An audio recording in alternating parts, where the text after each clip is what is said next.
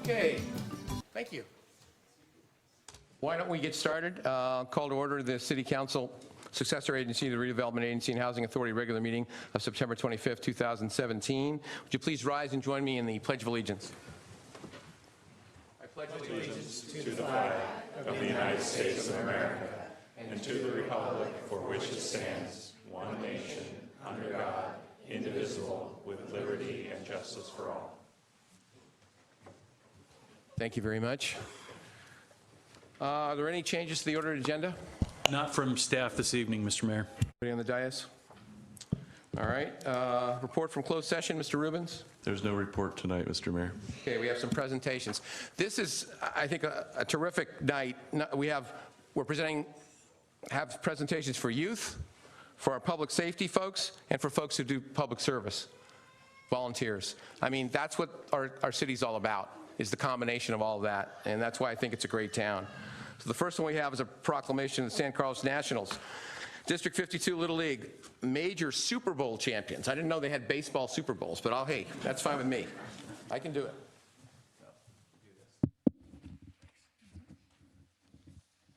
If I could have the manager and the coaches come up, as well as all the players.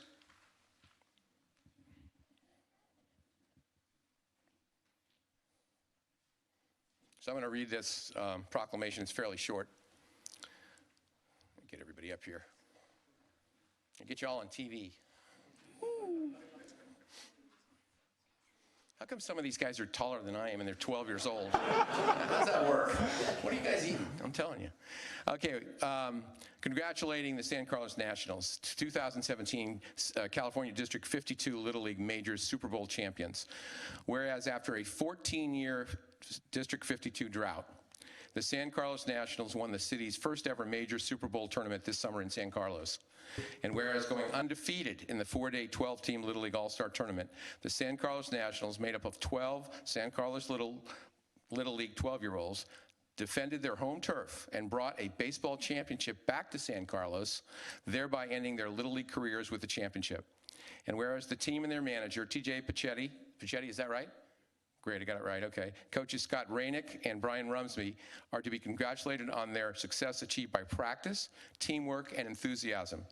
Now, therefore, be it resolved that I, Bob Grisilli, Mayor of the City of San Carlos, on behalf of the City Council, do hereby congratulate the San Carlos Nationals and encourage them to continue in sporting activities and exercise and enjoy the friendships formed in this involvement, presented this 25th day of September 2017.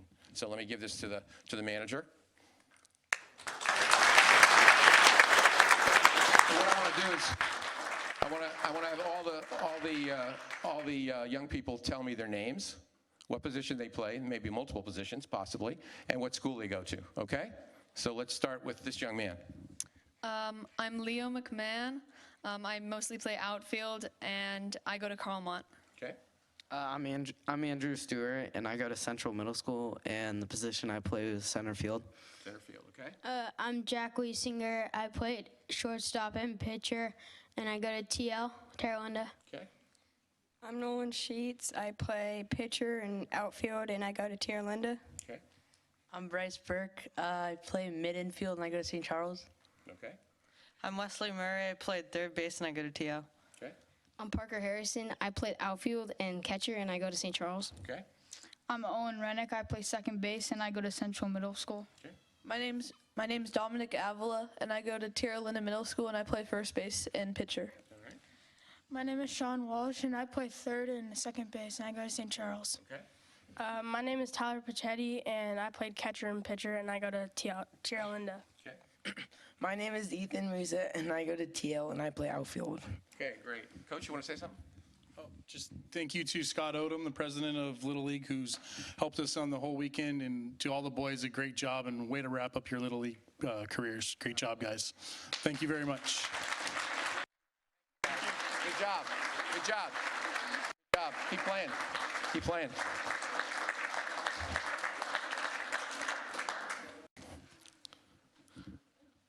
Okay. I feel like I'm waiting for somebody to come on down. Give this to my colleague, Mr. Johnson, who's going to do the next presentation. All right.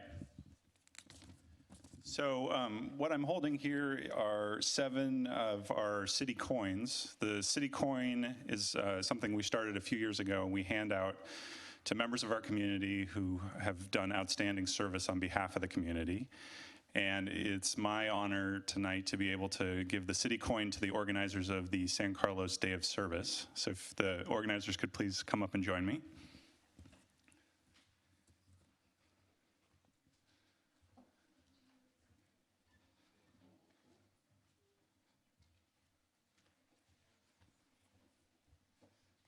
Come on up.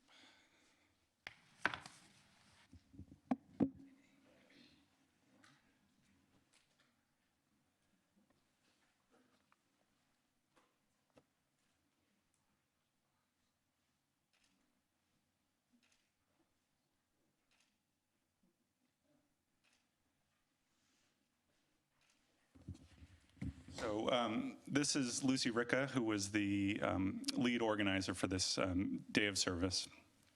I had the pleasure of having coffee with Lucy, I don't know, about 3 months ago, 4 months ago or something like that. And like a lot of people, you know, Lucy was feeling like the sort of divisive election, the divisive politics that we're seeing had kind of gotten her down. And a lot of people have come up to all of us and said, you know, what do I do? You know, how do I make a positive difference? And there's lots of different things that you could do, but I think I am so impressed that what Lucy decided to do was to organize people to improve our community. And so on September 10th, they organized over 200 people to go out and clean up the city, to repaint walls, to donate items, to do new plantings in Burton Park. I had the joy of going out there with kids from age about 10 all the way up to adults, putting in new shrubs and new walkways in Burton Park. It was a really outstanding day. So I really hope that this becomes an annual event. Please let us know how we can support you. And on behalf of the City Council and the entire community, we thank you for your service.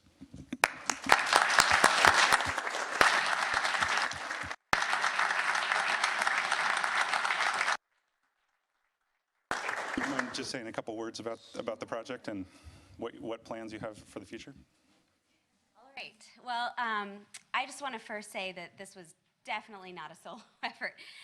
These women, I basically asked, will you help make this idea a reality? And I think I can safely say it was a really wonderful experience for all of us. We all had a great day. It was wonderful to get to know each of them better. And it was a huge success. I think the feeling that I had and that all of us had resonated in the community. People were really excited to come out and do practical service projects for our town. And so a couple of thanks I want to make. One to Tom Davids of San Carlos Together, who gave us the initial kind of seed funding. And he was a really huge supporter throughout. And also Amy Newby at Parks and Rec. Really, I think she's here somewhere. Oh, there she is, yeah. The Parks and Rec team was so great in putting together projects at Vista Park and Burton Park, and really thinking of all sorts of details like porta potties that I would have never thought of. So it was great working with you, Amy, and thank you. And then I think, a couple stats, we had, I think, close to 250 volunteers.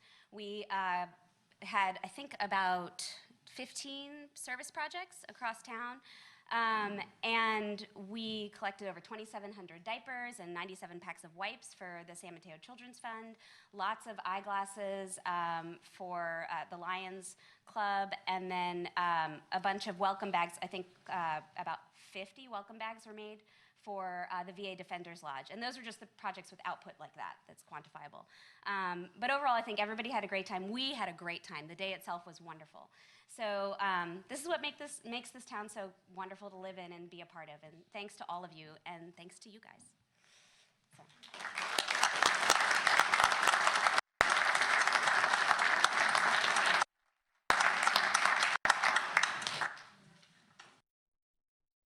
Two great positive things in a row, and this is the third one. Chief, both chiefs, I think you're both going to speak on this next item. Yes, Mr. Mayor, members of the council, Stan Maupin, your fire chief. I know that I don't get up here very often with Deputy Chief Pucci taking the fire department reins while I'm in Redwood City, but I'm especially honored to be up here tonight along with Captain Rothis from the Sheriff's Office to discuss an incident that we had back in August that had a very positive outcome based on some extreme actions taken by the crews on scene. On Monday, August 7th, Engine 13 and the Sheriff's Office were dispatched to an address on Elm Street on a reported 22-month-old female having difficulty breathing. On Engine 13 for the fire department was Captain Jim DiMattei, firefighter-paramedic Kevin McCoy, and firefighter Daniel Petrocchi. As they arrived on scene, any incident involving a child is very stressful on the first responders, but as they arrived on scene, this stress level was raised even further by the parents running out with the patient in their arms, handing it to the firefighters and the deputies as they arrived. This creates a very high stress incident, especially with a young child that's not breathing at the time. During their treatment of the patient, they recognized that they were needing to transport the patient as quickly as possible to the nearest facility. Due to the time of day, it was 4:45 in the afternoon where traffic is heavy in the Bay Area. They requested multiple estimated time of arrivals for a transport ambulance due to the patient's condition. Unfortunately, many of the ETAs that they received were extended up to 15 minutes before an ambulance could arrive on scene.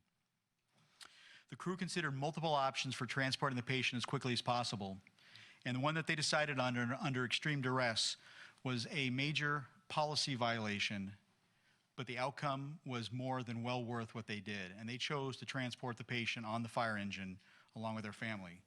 Now, fire engines are not set up to transport patients for a medical call. They're not set up to transport a family back to the hospital, especially under extreme duress.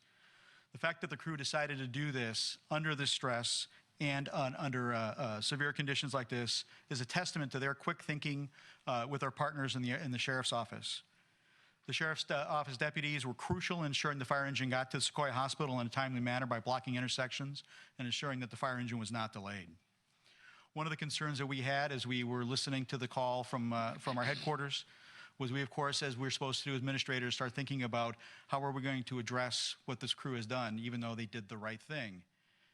Thankfully, all stakeholders in the county that were involved in any kind of a decision like this called within an hour and said they made the exact right choice and they saved the young girl's life. So tonight, I am honored to be here to recognize Captain Jim DiMattei, firefighter-paramedic Kevin McCoy, and firefighter Daniel Petrocchi for their actions on scene, and I'll allow Captain Rothis to discuss the deputies' actions. Thank you, Chief. Good evening, Council. Greg Rothis, Police Chief. Our deputies were on scene, and obviously during that event, were certainly high stress and troubled by what they saw. I spoke to Deputy Serrano, who told me that one of the other deputies, Deputy Trickett, called to dispatch. They were trying to intubate this child, and it wasn't working really well. And they knew they didn't have really much time at all because what they were trying to effect on the scene just wasn't working. And one of the things the dispatch said was that the ETA, or the estimated time of arrival of an ambulance, would be travel time from Stanford. So that just wasn't going to work. And they discussed it out there, you know, our deputies helped them get there on time. You know, firefighters and police officers often joke around with each other and tell jokes with each other and against each other, but in the field, when things like that happen, the police officers, the deputies, and the firefighters have an amazing ability to communicate and to work together. They have a very thorough understanding of what each other's roles are, and they're able to just get into their role and do exactly what they need to do. So really hats off and congratulations to our firefighters and what they did, and certainly to our deputies as well. Thank you. Could the firefighters and the deputies please stand up? In fact, come on up. I'm gonna.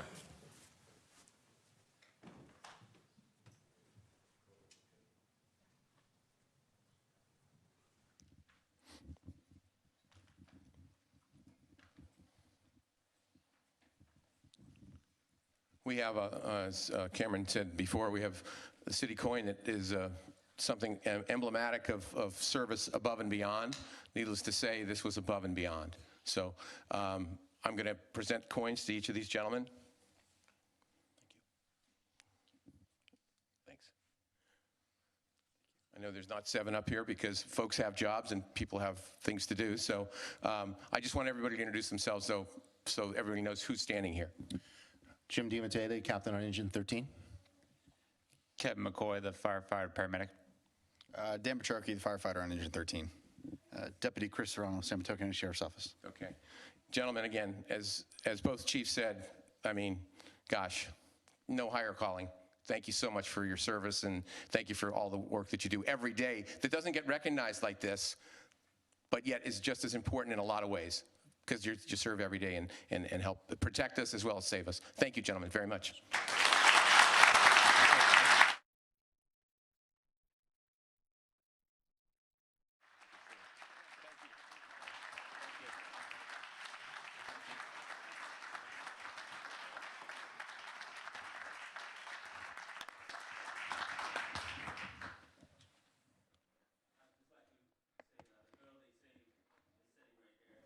Oh, okay, great.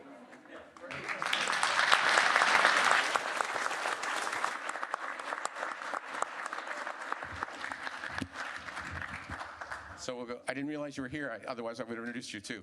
Please, tell us your name. Suraj Adhikari. And I'm Diwa. What's your name? She's Alia. Alia? Yeah. Alia. How are you? You look great. Yeah, everything good? Good. Anyway, thank you so much for coming. We're so very grateful. There's nothing we can say to express our feelings and our gratitude to all of you guys who made that decision. So thank you. Great. Super. Thank you, folks.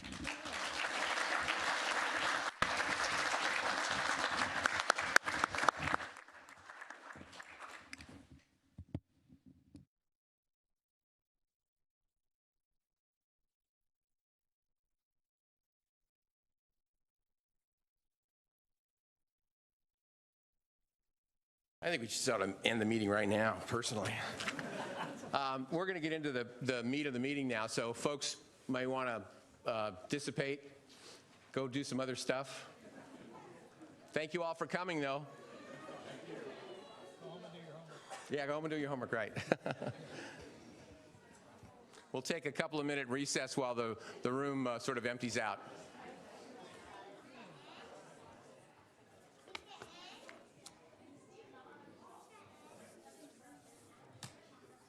It's a triple header. I love this.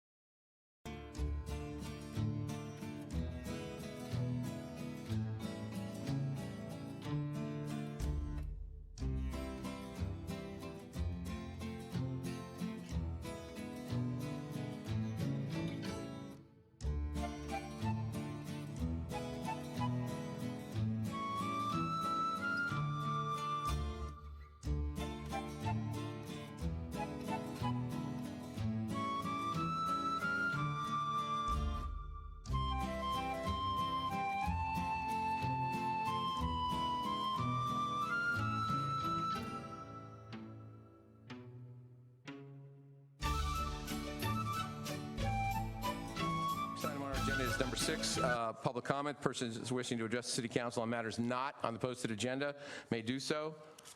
Each speaker is limited to 2 minutes or so. Do we have any speaker cards? Is there anyone here wishing to speak on any item not on the posted agenda tonight? All right, move on then to number 7, consent calendar. Consent calendar items are usually made in one motion, and everyone knows how that works. So do I have a motion? Move approval. Second. Side moved and seconded. Any discussion on any of the items? Hearing none. Roll call, please. Councilmember Collins? Yes. Councilmember Grocott? Yes. Councilmember Johnson? Yes. Councilmember Obert? Yes. And Mayor Grisilli? Yes. All right, moving on. Number 8, reports to council. Reports to council are updates on key city projects by city department heads and staff and city subcommittees. They're informational in nature, and no action will be taken on these items at the meeting. 8A is a report to the council on the San Mateo County Alert System. Chief Rothus. Good evening, Mayor Grisilli, members of the City Council, Greg Rothus, Police Chief. I have a couple quick reports for you tonight, both really related to emergency preparedness. And the first is regarding the SMC Alert System, which is our local system for communicating with the community in some sort of a disaster, emergency, or crime situation. And just give you a quick rundown of where we sit with that. In the system at a glance, there's about 60,000 or 61,000 people subscribed for SMC Alert System in the county who are signing up with the County Office of Emergency Services to get alerts during any kind of an emergency, whether it's a fire or an earthquake or those kinds of things. The system has grown quite a bit, actually, in recent years. And we did in the last 12 months, we did about 517 public notifications. And I think most, if not all of you, are signed up for that alert. So you get traffic alerts, you get mountain lion alerts. Those seem to be the most, but there's a lot of others. In terms of San Carlos, we have a population, as you know, about 30,000 people. And there's about 6,000 of us that are signed up for SMC Alert, which is approximately 20% of our residents, which is really good. We'd like to get it more, but you'll see that we're doing pretty good compared to a lot of other cities.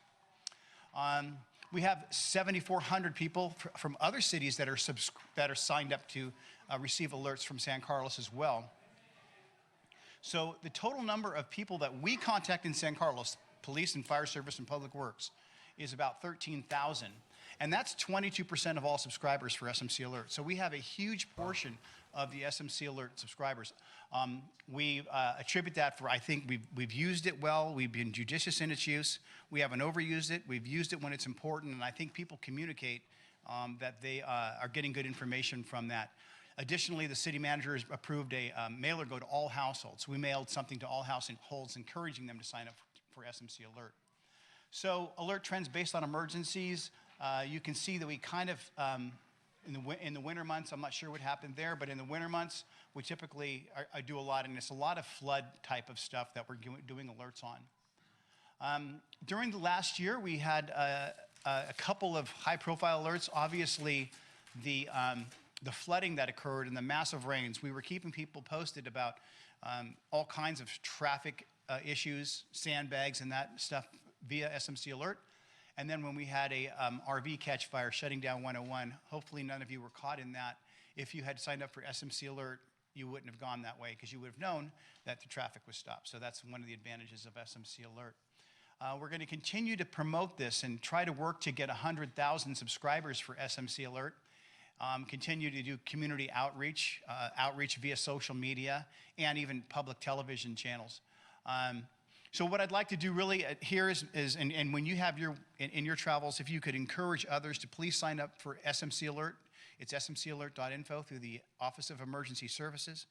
I can assure you that when we have some sort of emergency here, whether it is an earthquake, whether it is an evacuation of some sort, a major crime situation, people who would turn to sources like Nextdoor and Facebook and things are going to be very disappointed with the information they get at times. But if people who sign up for SMC Alert are going to get the information directly from police and directly from fire. And that's the best way to know what's going on, particularly in a major emergency. So that's where we are. We certainly sit good in San Carlos, and we'll do a lot to do better. And with your help, we can increase our subscriptions. So that's all I have on SMC Alert. I'm happy to take any questions. Okay, thank you. Questions? Any questions?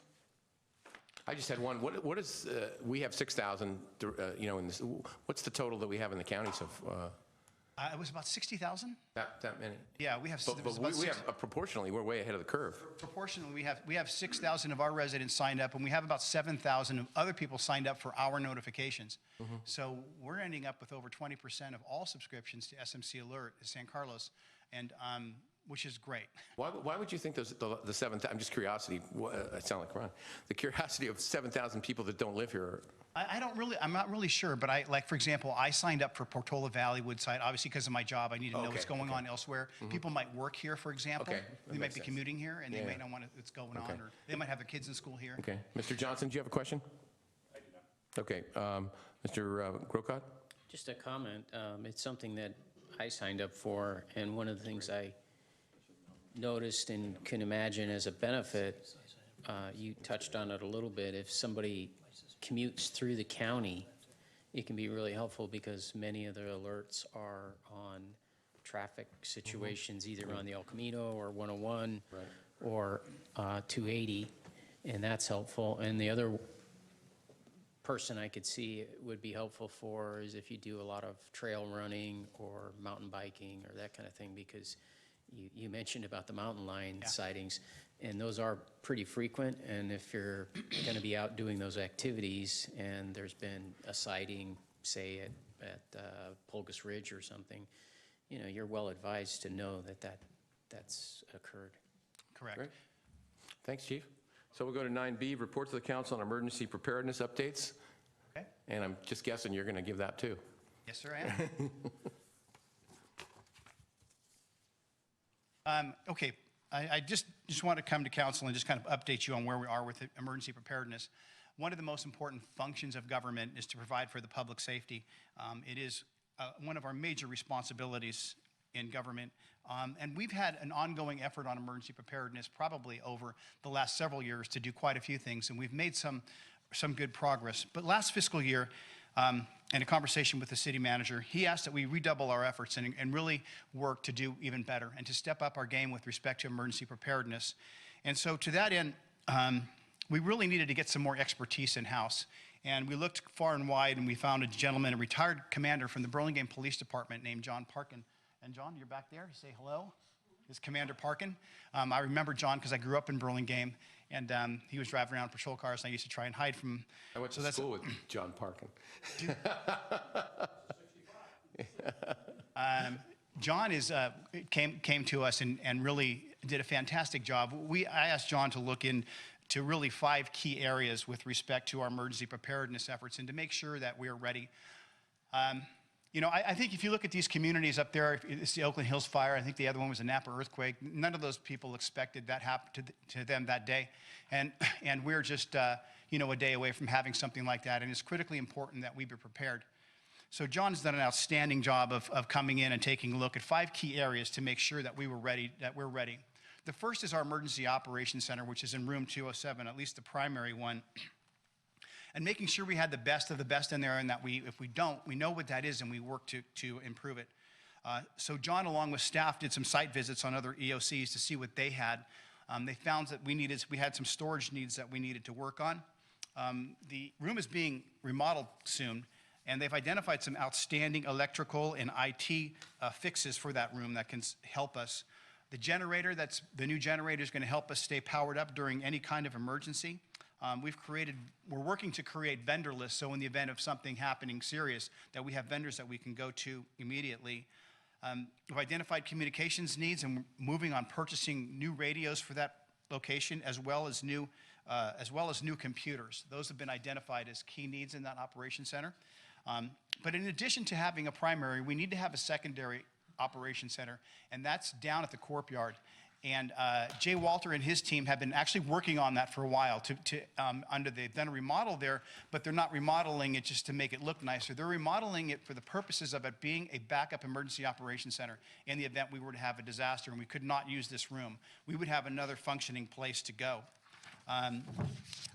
Some other work that we did is in terms of shelter and evacuation sites. We have 3 locations for evacuation: our adult community center, the youth center, and then the Community United Church of Christ here in San Carlos. Those locations are where we would bring people in the event of an evacuation. John worked with the Red Cross and with city staff to have those sites looked at by the Red Cross and audited to make sure they have what they need, and if they don't, we can get what they need. And we're currently looking into maybe working with the schools to use some of their sites in the event that we need extra space. Another key area is in our terms of our plans and policies and procedures. We do have a new emergency operation plan that this council has ratified about 2 years ago. And something else that John worked hard on with fire has been our hazard mitigation plan, and that's been completed. We're reviewing certain annexes for, in the event we have an earthquake, we have a specific plan for that. In the event we have pandemic flu, we have a specific plan for that. So those reviews are underway. Another key area is in staff training We've had staff from Parks and Rec go to training on how to manage and work in mass care shelter. That has occurred recently. We've sent 3 members of city staff to California Specialized Training Institute, or CSTI, over the last 6 months, which is a 1-week course, probably the best course in the state for being ready to run in a major disaster. and that's been great. And so we're getting our staff trained up. And in terms of working with the community, the fire department does an outstanding job with their CERT program. We have a lot of CERT members in this community and a lot that we can tap in the event of some sort of an emergency. Our social media here has been good, and it's continuing to improve here in the city. So that's going to help us connect with the community. And you just saw the statistics on our SMC alert. So we have a lot of ways that we can connect with the community. Going through this process, like I said, John's worked extremely hard. I didn't put everything in the report, and I didn't report out everything that was in the report today. So there's a lot more that's been done, and more than I don't want to take your time with, but a big credit to John and really to city staff too. John worked with Public Works, Parks and Recreation, our IT people, social media people, everybody through city staff. And you've all been to our strategic planning workshops, and you all know how busy the department heads are.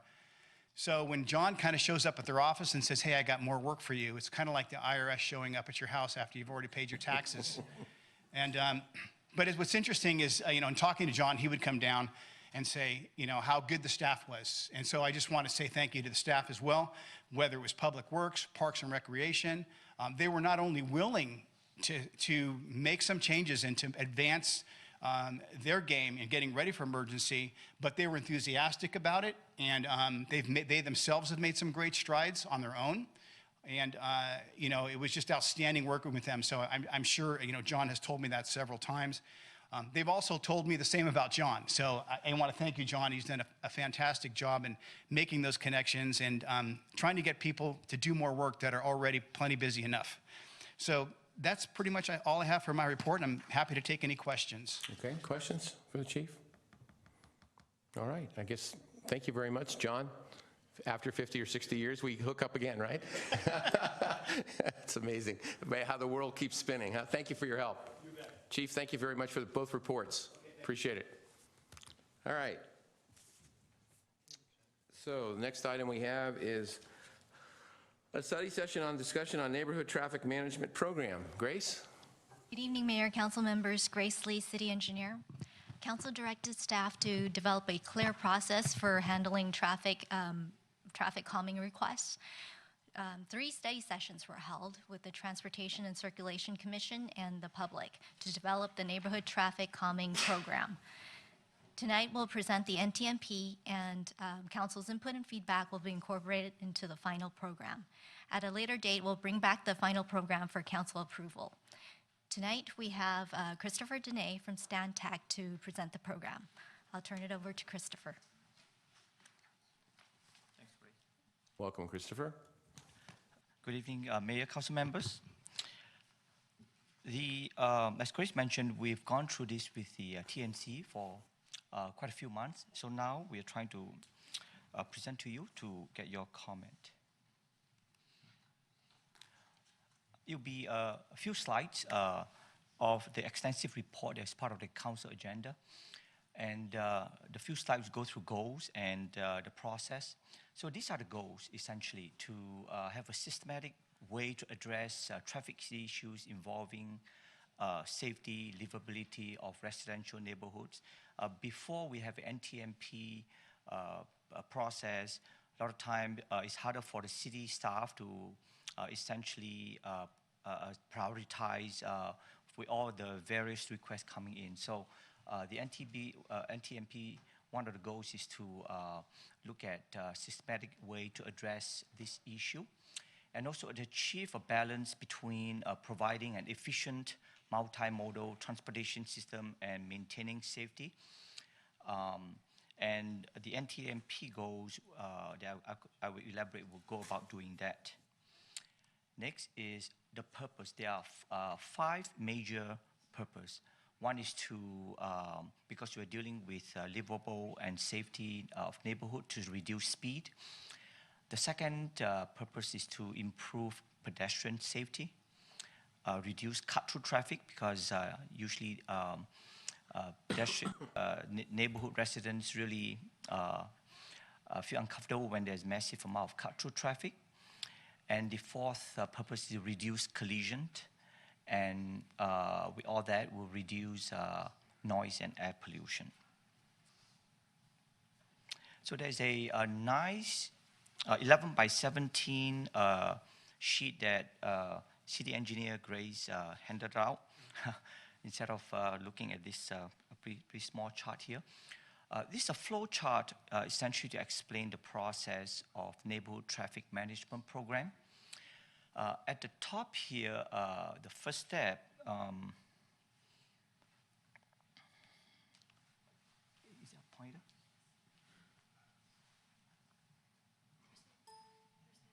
Oh, it's okay, I can use the mouse, okay.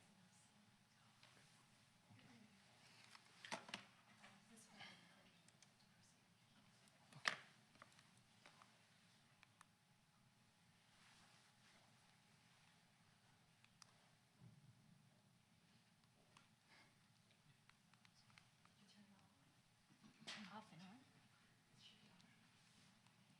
No, it's not. You can use this one. Okay. You can click like this. Oh, next screen there. Okay. So something happened. Yeah. Next, yeah. Okay. Sorry about that.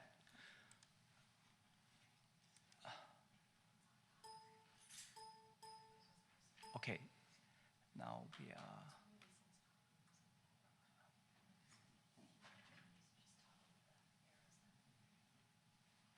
You can use up and Oh, down okay. here. So we'll go back. Okay. Yeah. Okay. Sorry about that. So I was saying that we start here with the initiation. So initiation, the request could come, from various ways. City staff could receive an email. Residents could stop by and make a request. There's a form. So there are many ways to initiate a request. So the next step would be staff would compile, request all that, and this decision point here is to assess whether a simple, essentially treatment that doesn't require a neighborhood traffic management process, if it could be deal with in that process in terms of concern being addressed in a routine manner, or it could be a typical implementation of neighborhood education enforcement. Then it will essentially ends around there, meaning that it requires no further action. And if it's decided that there was level 1, meaning the level 1 program is a program that essentially is less complicated, doesn't involve a kind of a major impact on the neighborhood in terms of involving and impacting many people who drive along the street, all that. Then you go to a level, what we call a level 1. A level 2 is a little more involved process as well as expense and also inconvenience, perhaps. So level 1 will be essentially more straightforward neighborhood traffic calming process, such as, for example, movable slowdown signs, neighborhood signs, crosswalk improvement, striping, narrowing the streets, all that. And as it goes through, you'll also be collecting additional data. So whatever is decided initially, perhaps it might be level 1 program. As staff and residents, representative, neighborhood work through the process, collecting data, at some point it might be such that it's decided that, wow, looks like the issues are a little more complicated, or that there might be a opportunity such that it might move on to level 2. But there'll be a lot of interaction with residents, because this is a program for them. And if it's decided that it meets a level 2, it will go to level 2. This is the kind of pink square here. It shows very quickly that these are the potential toolbox of traffic calming program that could be selected as part of the level 2. So level 2, because it involves a lot more impact as well as expenses, all that, for it to proceed, it will require 50% plus 1 of those impacted on the street. in order for it to move on to the next step in terms of having staff collect a lot more data and doing evaluations and bringing it to TNC, traffic and circulation meeting, as well as eventually at some point bringing to the council. So that is level 2. So let me go to next slide in terms of, okay. So the level 2 voting threshold, reason I put this slide in was because at the TNC meeting, that was one of the requests, is that we sort of clarify a little. So level 2, because of the benefits and impact, is a lot more extensive. It will require, I think as I mentioned, 50% plus 1 approval from all households within the project area. And the voting is 1 vote per household. And if the petition does not meet the 50% plus 1 approval, the impacted neighborhood or street, they could submit, but after a minimum of a 2 years break. So all level 2 plans will require city council approval. And also at the TNC, initially, like many typical neighborhood traffic management plan for many agencies, it limits itself to local and collector street, but TNC requested that we should also look at the arterial streets. The reason many NTMP programs, other agencies, typically doesn't deal with arterial street because many of the traffic calming program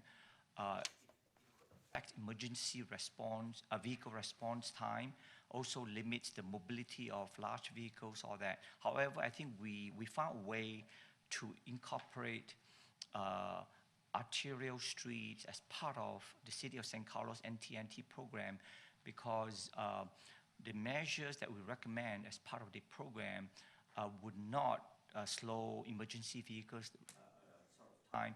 And applicable measures include narrowing lanes, signal optimization, focused police enforcement, radar feedback signs, and pavement markings. So these are steps we took in order to incorporate arterial streets as part of NTMT program. So what are the adopted screening criteria for local streets, collector street, arterial streets? Essentially, they're based on 4 major components. One is we look at speed. Is there a speeding issue? Are there, in terms of traffic volumes, are there traffic volume issues? Are there collision or safety issues? And also special circumstances. So for all local streets, collector streets, arterial streets, we're saying that the top criteria should be, all these streets should be 7 miles per hour above posted speed limit. So the collected 85th percentile speed, what that means is city staff will put a data collection tool, like a tube. We collect the data, and all vehicles that is below 85% of the speed is 85th percentile, and then 15% above, those are usually based on extensive data sort of study. The 15% is above a sort of 85th percentile usually are those folks that is causing a lot of problem. So typically in all the agencies and research best practices, that's the tool we use to determine whether it's an issue. And then besides speed, usually a neighborhood feels the impact is if there's too much volume. So in terms of the average daily vehicles traffic volumes for a street, for a local street, we're saying that based on our study, we've shown that any volumes above 1,200 vehicles per day, then that will be something we will take a look. I mean, city staff will say it qualifies for one of the threshold. Collector Street would be about 4,000 vehicles per day, and Arterial Street would be about 13,000 vehicles per day. And for collision data, for the last 36 months, you need to be above that. And there are special circumstances, for example, if there are pedestrian path or sidewalk or bicycle and pedestrian route near a school, park, or other unique safety issues that could not be quantified by the 85th percentile speed, daily volumes, or collision data. So I think I mentioned in terms of level 1. So these are easily implementable and relatively low cost. These are treatments, for example, includes education, enforcement, signing, striping, all that. And level 2, I think as I mentioned, is sort of more, impact more people, and it's sort of more costly. So it requires a lot higher level of support from impacted residents of the streets, and there'll be a lot more opportunities for review by the neighborhood, by city boards, TNC, and of course, city council. So I think those are the slides that I have. So if you have any questions. Mr. Grocott? Could you go back to the slide, a couple slides back? It's got the criteria. No, not Criteria, sorry, yeah. this one. So are these, it says they're adopted initial screening criteria, adopted by? Oh, sorry, yeah, maybe I would say, it'll be, if it is once adopted, yeah, right now it's a draft in the report. So I think at some point, if the city adopt the program, this would be, I would say, more like a proposed criteria right now. It's proposed criteria. So when is that? I don't think this is an action item right now, No, is it? Grace said they're going to bring it back. Yeah, In her yeah. opening statement, it's going to be brought back to us. Yeah. And are any of these, like local streets 7 miles above, is that pulled from a state standard, or where did that come from? Local streets, the default speed is 25 miles per hour. Based on our study and review of many other cities that have similar type of traffic calming program, neighborhood traffic management program, or some call it neighborhood traffic calming program, that is about the threshold that many of these studies start to say that perhaps you could take a look. So when this eventually comes to council, Grace, will have the chance to make comment and possibly manipulate these numbers and these different criteria? Criteria are the recommended from conversations with TNC. But tonight, what we'd want to hear from council, your feedback on these criterias. Okay. And the final program will be based on council's input on all these items. Okay, so wait till we're ready to make comments then. Yeah. Are there comments or questions? Comments, yes, You but okay, not we'll wait. questions. All right, Mr. Johnson? Thanks. I'm very happy that we're doing this. This comes up all the time where people say, I have concern about my street. What do I do? I have 2 quick questions. One is, have you sort of stress tested this process with the last 2 traffic mitigation projects that we did, the Cordilleras project and the St. Francis project? Like, would they have made it all the way through the process? Would they not have?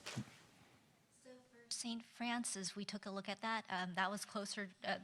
St. Francis happened, and then we started this NTMP process. But looking at it retrospectively, the speed threshold would not have made it, but they can and collision data would not have made it either. So it would be hard to fit this criteria. They would probably need to argue, and that's why the TNC were sensitive to these criteria too. So we went back and forth, and they said, what about a special circumstance criteria? Because we want to have some flexibility. If they didn't meet the hard numbers, we would at least be able to have some special circumstance argument, like if it was near a school, if it had pedestrian implications. So something that made it so that it can still be considered as a level 2 program. So strictly by the data and the numbers, St. Francis would not have made the speed, the volume, or the collision rate. So,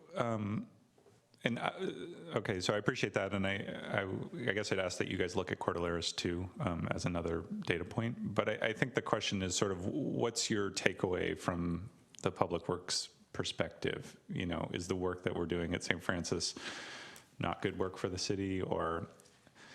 It's good work, but it was a lot of uncertainty. The whole process took a lot longer. And it wasn't very clear to the public what our next steps were, even though we were doing a lot of the same things in terms of going back, collecting, going back to TNC, making recommendations, getting input. We didn't do the voting part, but we did the testing. We did temporary measures to test out if it worked, then went back to TNC. So a lot of the process are still in here. It was just not as clearly defined. We were working through it and we were going through it logically, but if we had this process, it would be a lot more streamlined, and there would be a good understanding with the public. The public would know where we're at and where we're going more, and the expectation is there. Whereas with St. Francis, we were kind of informing as we go. Okay. Well, I guess what I would say is that for both St. Francis and Cordilleras, I think what we were trying to do is reflect, you know, the desire of the community as we understood it, from really a consensus on both of those streets. And so I would want to design a process. I happen to think that both of those are good projects and they are reflective of what the community wants. And so I wouldn't want to design a process that would not have allowed those projects to move forward. So that's my general feedback. Okay, Mr. Olbert, questions? Yes. Thank you, Mr. Mayor. You have a number of questions, and actually I appreciate, Cameron, the question you asked because you sparked a whole bunch of other questions. So bear with me. Thanks, Cameron. Thanks, Cameron. No, don't apologize. No, I want to make sure I understand from having read the document, and I actually thought it was very well done, by the way. It didn't seem to me like, for lack of a better term, I will call the enforcement side of things, played a significant role in the system that was being defined. Now, part of that may be because this is ultimately aimed at what kind of modifications would we make to the street as opposed to trying to get drivers to change their behavior. But really those two at the point, from the perspective of trying to achieve the end goal that most residents have, which is to not feel as scared on the streets as they are. Those two are inextricably linked. So if you could talk a little bit more about how you see the enforcement side working, and are there things that we could do on the enforcement side to maybe play a role in this? Yeah, definitely. And if you, in your flow chart, the third box basically is the education, enforcement, and engineering. So there's a lot of talk about these 3 E's, that traffic management program are based on these 3 E's. We're mostly detailing out, fleshing out what the engineering process would be, but the other 2 are just as important, the enforcement and the education. And so as part of the program, we also have a toolkit in the back, and that describes the different traffic management tools that we have. And we give scenarios, we give examples, and that's so that, and we're going to post it after approval, we'll post it on the website so that residents know what kind of tools we have at our disposal that we can use. So that's the education part, and they can do their part too in letting their neighbors know about that. Enforcement, we touched on it, but we didn't go in depth on it. Obviously, that's the sheriff's department and sheriff's office, and they are our partner in this program. A lot of these measures, signing and speed feedback sign, without enforcement, it wouldn't work. It just flat out wouldn't work. So that is kind of the understood part of it, that a fair amount of enforcement would have to go along with if it's different signing, warning signs, if it's feedback signs, all that. Even if we had, yeah, so mostly signage would it would need enforcement, so that's understood with this process. Okay, well, I appreciate that, and that does clarify it a bit. Perhaps I may just ask Jeff, when this comes back for action, I wouldn't mind seeing some further discussion or review of whether there are enforcement things that we could step up. I mean, I've had conversations over the years with both Chief Rothhaus and with Greg Rubens about, I remember at one point there was some data, there was a guy that, or somebody I should say, who fairly regularly hit like 50 or 55 miles an hour on St. Francis, at least according to the radar data.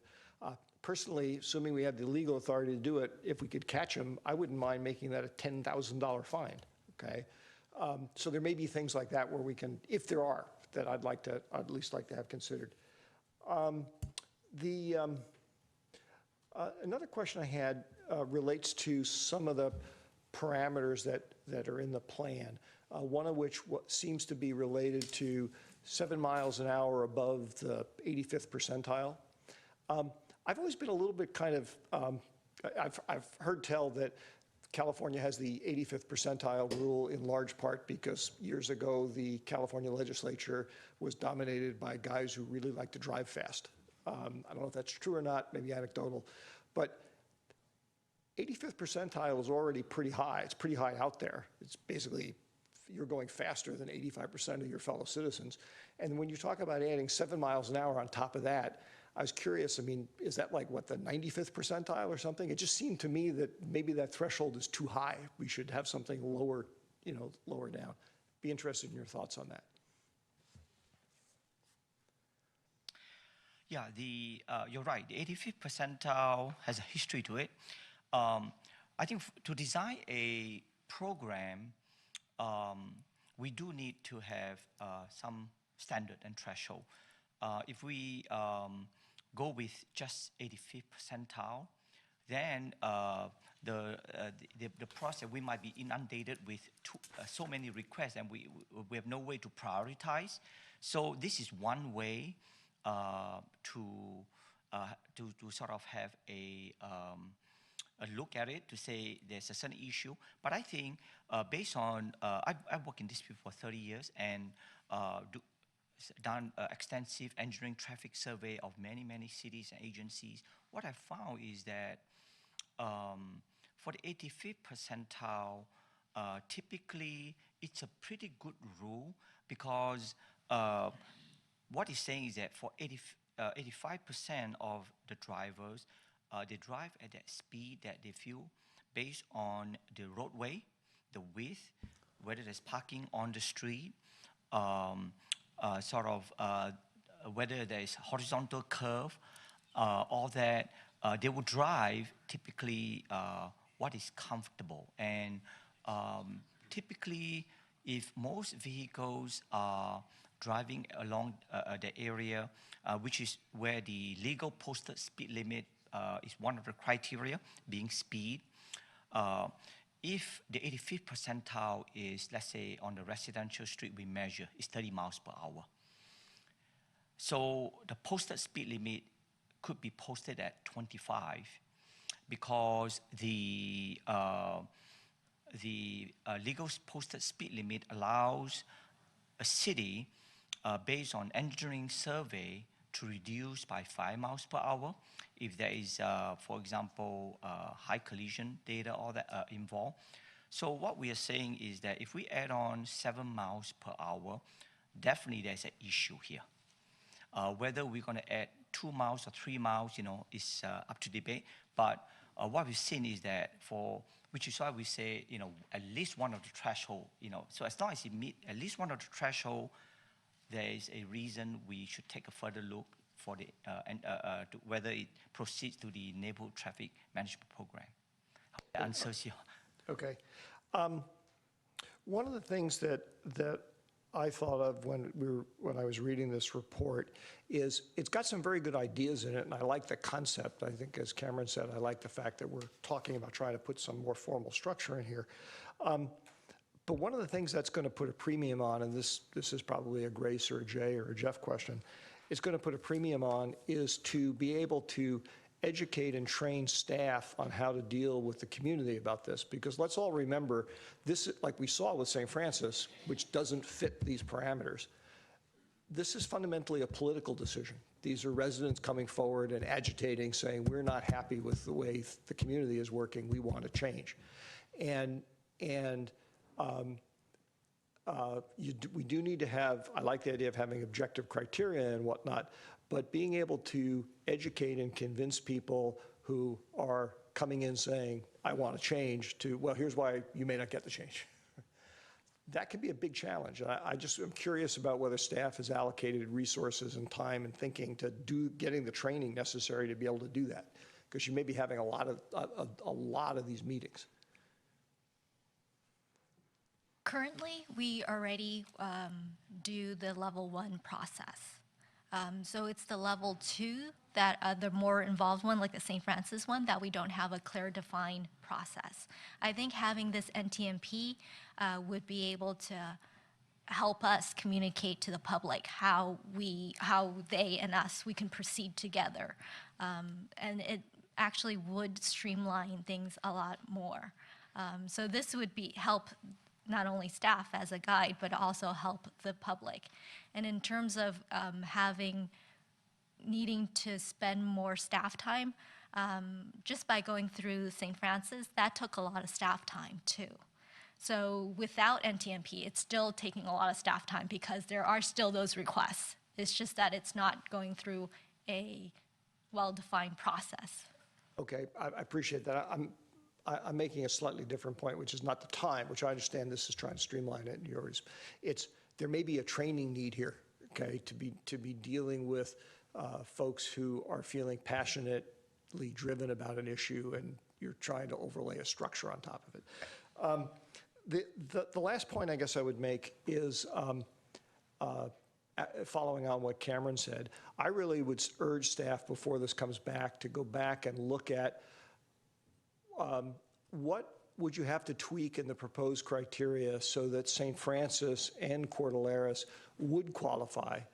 Because as a practical matter, kind of objectively, whether they do or not in some kind of an analytical or law of physics sense, they represent precedents, and they're relatively recent precedents that we've set.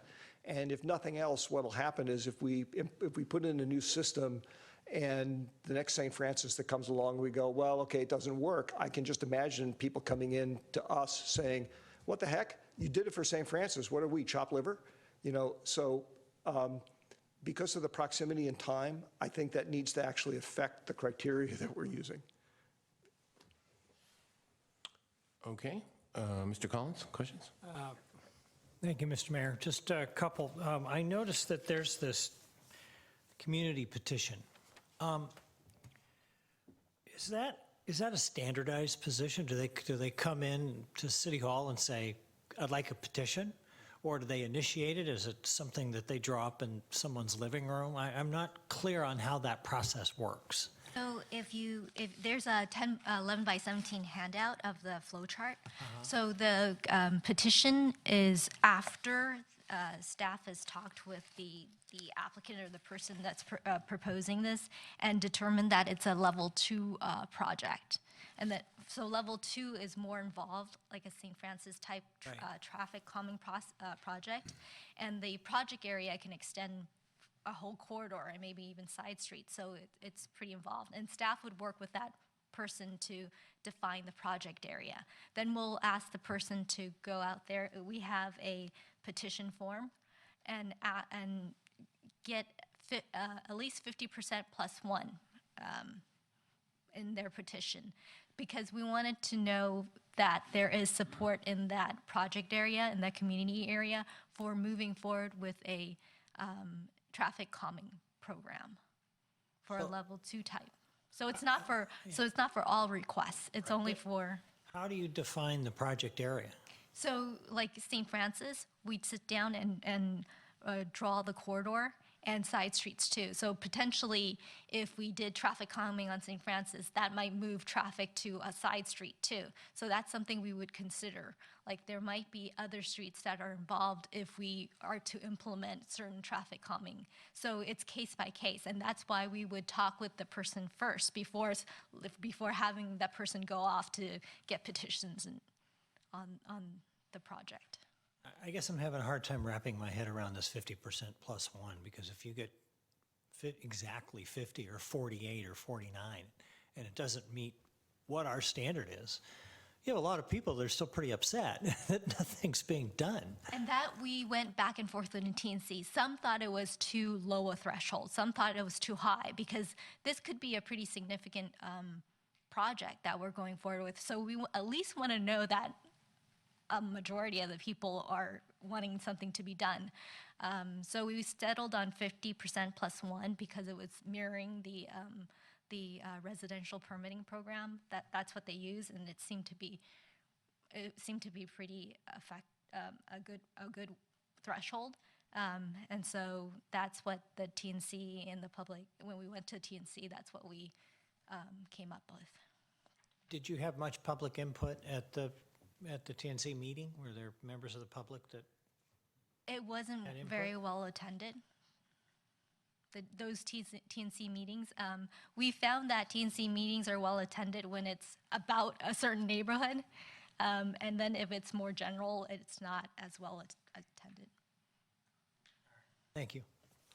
Mr. Grocott, you have another question? Yeah, just a couple of comments, actually. I like this process. To me, it's reflective of what happens when you want to do a second-story addition or some type of major home remodel, and you're told this will be staff review, level 1, or you've got to notify all your neighbors and have a meeting and go before the RDRC, level 2, right? And just the fact that it lays it all out, as you said, and gives people a roadmap of what to expect, I think will calm a lot of nerves in the future and help things out a great deal. I do have a few, I'll call them concerns I'm not like concerned like, hot-headed concerned or something, but just things that stick out to me. And the first one is that I would assume local streets, collector streets, and arterial streets have a different speed limit on them. And yet 7 miles per hour is applied to all of them. And if you do that as a percentage, it's a totally different percentage. 7 miles above posted speed limit when it's 25 is one thing. 7 miles over 35 is an entirely different matter. The other concern I have is that both with the speeds percentile and the vehicular traffic, I look at this a little bit like what I've dealt with for years on the airport roundtable. You've got, things can be looking pretty good at the airport if you just look at an average. And on average, planes come in, they're quiet, they come in on the fly quiet program, the way they approach and everything. But there's continually certain airlines that cause issues.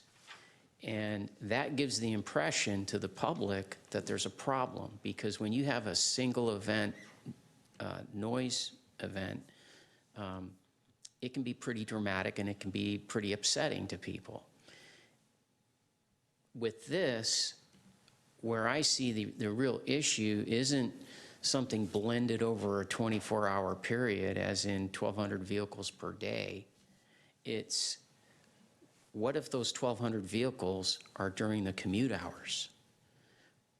That makes a big difference. If you have 500 vehicles going past your house during commute hours, and then the rest of the day it's pretty quiet, and out of those 500 vehicles, 300 of them are breaking the speed limit and causing problems, that's kind of like that single event thing that's traumatic to people who live on that street. And I think that's something that you need to go back and look at some of those things and add that into the criteria. And perhaps the way to answer that is not to change these numbers too much, although I think what I said before about the 7 miles per hour being a different percentage. But one way to address the issue that I have is under special circumstances. Does this street tend to be, regardless of how it's labeled, whether it's local, collector, or arterial, does the community tend to use it as a commute route? And one of the issues we have these days is we've got applications out there that people are using on their iPhones, as you know, that are telling people, oh, don't use St. Francis, it's a problem. Instead, you know, go down Eaton or go down Howard or go down one of these other streets. And so we need to be aware of what's going on in our world and how these streets are being used, and do we have issues that are just during certain time periods. That's something I think needs to be looked at. Thank you. So I just have a couple of things. So let's assume I live on Crestview. Oh, wait, I do. So how do I find out how fast the cars are going? Can I come in and say, look, I think there's a lot of speeding. Do I need 50% plus one to get that? So all you need to do for initiation is just tell us your problem. Okay. You don't even have to fill out a form. We can fill it out for you. And once we've got your request or complaint or anything, we would go out and collect the data. And that's what we do anyway now. Aren't you going to be, once this, and again, believe me, I think this is great, don't get me wrong, but once you get this out to the public, don't you think you're going to be inundated? Believe it or not, we get a lot of requests as it is now, and Yeah. we process through it. I think we do a monthly traffic meeting, and every meeting we talk about 10 to 12 cases. Okay, so they're already out there, because They I could are think of, out talking there. about Eaton, which even though it's a curvy street, because folks go off St. Francis, now they're going to Eaton. Crestview, obviously, Melody is another one, type thing. We're trying to judge. Is that where they put the things across the road, the little thing across the road, figure out how cars are speeding? Or- Well, there's different ways of doing it. There's also the tube where we attach a device on a Okay, so pole. it's fairly simple. Yeah. More or less, okay, all right. Because, I mean, like I said, I just got an email the other day, and someone said, why are you spending so much time on St. Francis? What about Crestview? And I didn't respond yet, because I knew this was coming up. I wanted to get more information to give to that individual. Okay, we're going to, as you mentioned, you're going to put it out to the public and on the website, and I don't know whether we need to have a special mailing or something like that. I mean, I think there's a lot of folks that are going to come. I still think you're going to get more folks, but that's okay. I mean, that's what we've got to have some way to let people know that we're doing this, and that'll stop some of the stuff that's going on. Some, maybe a small part, but it'll be some of it. So I think that'll work out good. I appreciate the report. Other comments or questions? Mr. Albert? Thank you, Mr. Mayor. Do you have any perspective garnered from where other communities who didn't have a system like this, an approach like this, adopted it in terms of transitional issues? I'm thinking in part about some of the things Bob was saying, and also in part whether or not we need to think about adjusting the budget, because we're going to have all of a sudden a whole bunch of new projects coming in, which like Bob was saying, I'm not necessarily opposed to that. It's just I'd like to know ahead of time what we're looking at. Since they've worked with other communities for the neighborhood. My experience is that before a neighborhood traffic management program, most communities, they have only one tool, speed hump or speed bump. So, and it becomes an issue, because then, what most communities found is that you have one tool to fix everything, whether it's a real issue that could be fixed by a speed bump or speed hump, they use that one tool. So it becomes a problem, actually, because, and then to answer also a related question is, what is the threshold? 50% plus one? Is that too low or too high? In fact, 50% plus one, my experience told me is that that's not high. Actually, some communities want 70% or 65 or more, because traffic calming is could be a very contentious issue, because for some, their feeling is that don't do anything to my street. And for some, they really feel like, if you want to put a speed hump, don't put on my Right, don't put it in my front of front me. door. We already have So what I've seen is that I was traffic engineer in Palo Alto, for 7 years. And at one point, Menlo Park adopted a program on Santa Cruz Avenue, eventually got taken out. And in north downtown Palo Alto, everything was ready to go, all that. It got forced to take out everything also. So I think through the years, through the past 20, 30 years, when traffic calming becomes a term in our traffic world, people have learned a lot to say that there is always a big group of people who don't want any traffic calming, which is why we instituted a program, say, well, you need to at least meet a certain threshold here before we proceed further. And there are several iterations before we get adopted. We can put a trial first. But to answer your question, whether after you have a program, whether you have a lot more people requesting or installing all that, maybe, but now you have a process. So everyone knows you're treated equally. So, you sort of a neighbor can come in and shout, loud enough that they get something. Now there's a process to go through. Okay, great. Any other, does staff have some direction?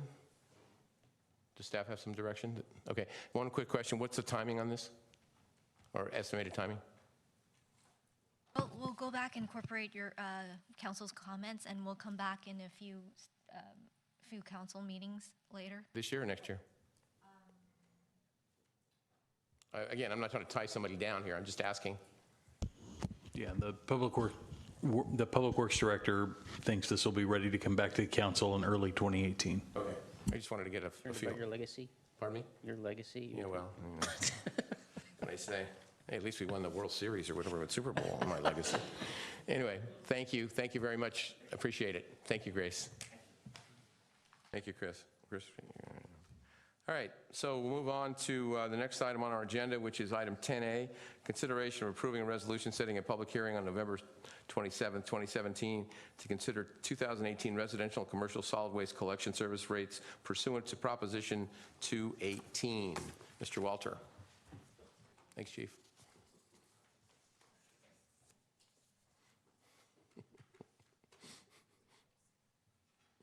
Good evening, Mr. Mayor, members of the City Council. Jay Walter, Public Works Director. Tonight is our first opportunity to talk about solid waste rates for 2018 and beyond. And tonight I have a number of folks here who will be speaking to you and then eventually available for questions should you have them.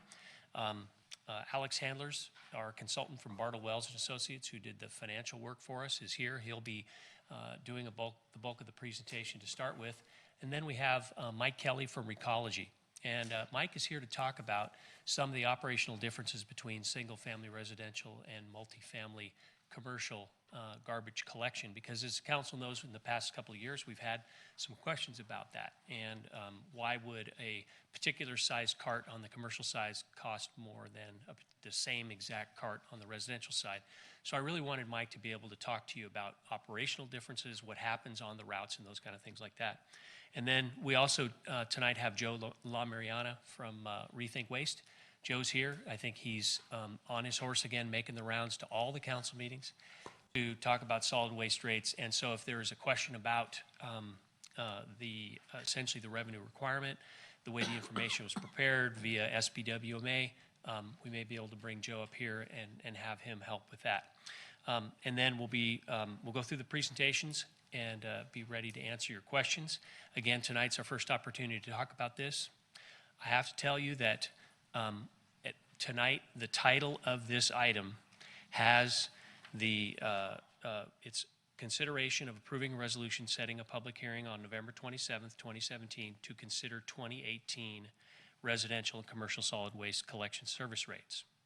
So what that means is for tonight, if you want to move forward with an action to set your Prop 218 hearing in November, it would be for a 1-year solid waste rate increase. If we go with a 3-year rate increase, which is part of what we're recommending to help achieve the cost increases that we see, I'll bring this back to you at the October 9th meeting with the proper title, the 218 notice that includes the 3-year period. That was a slight oversight on my part.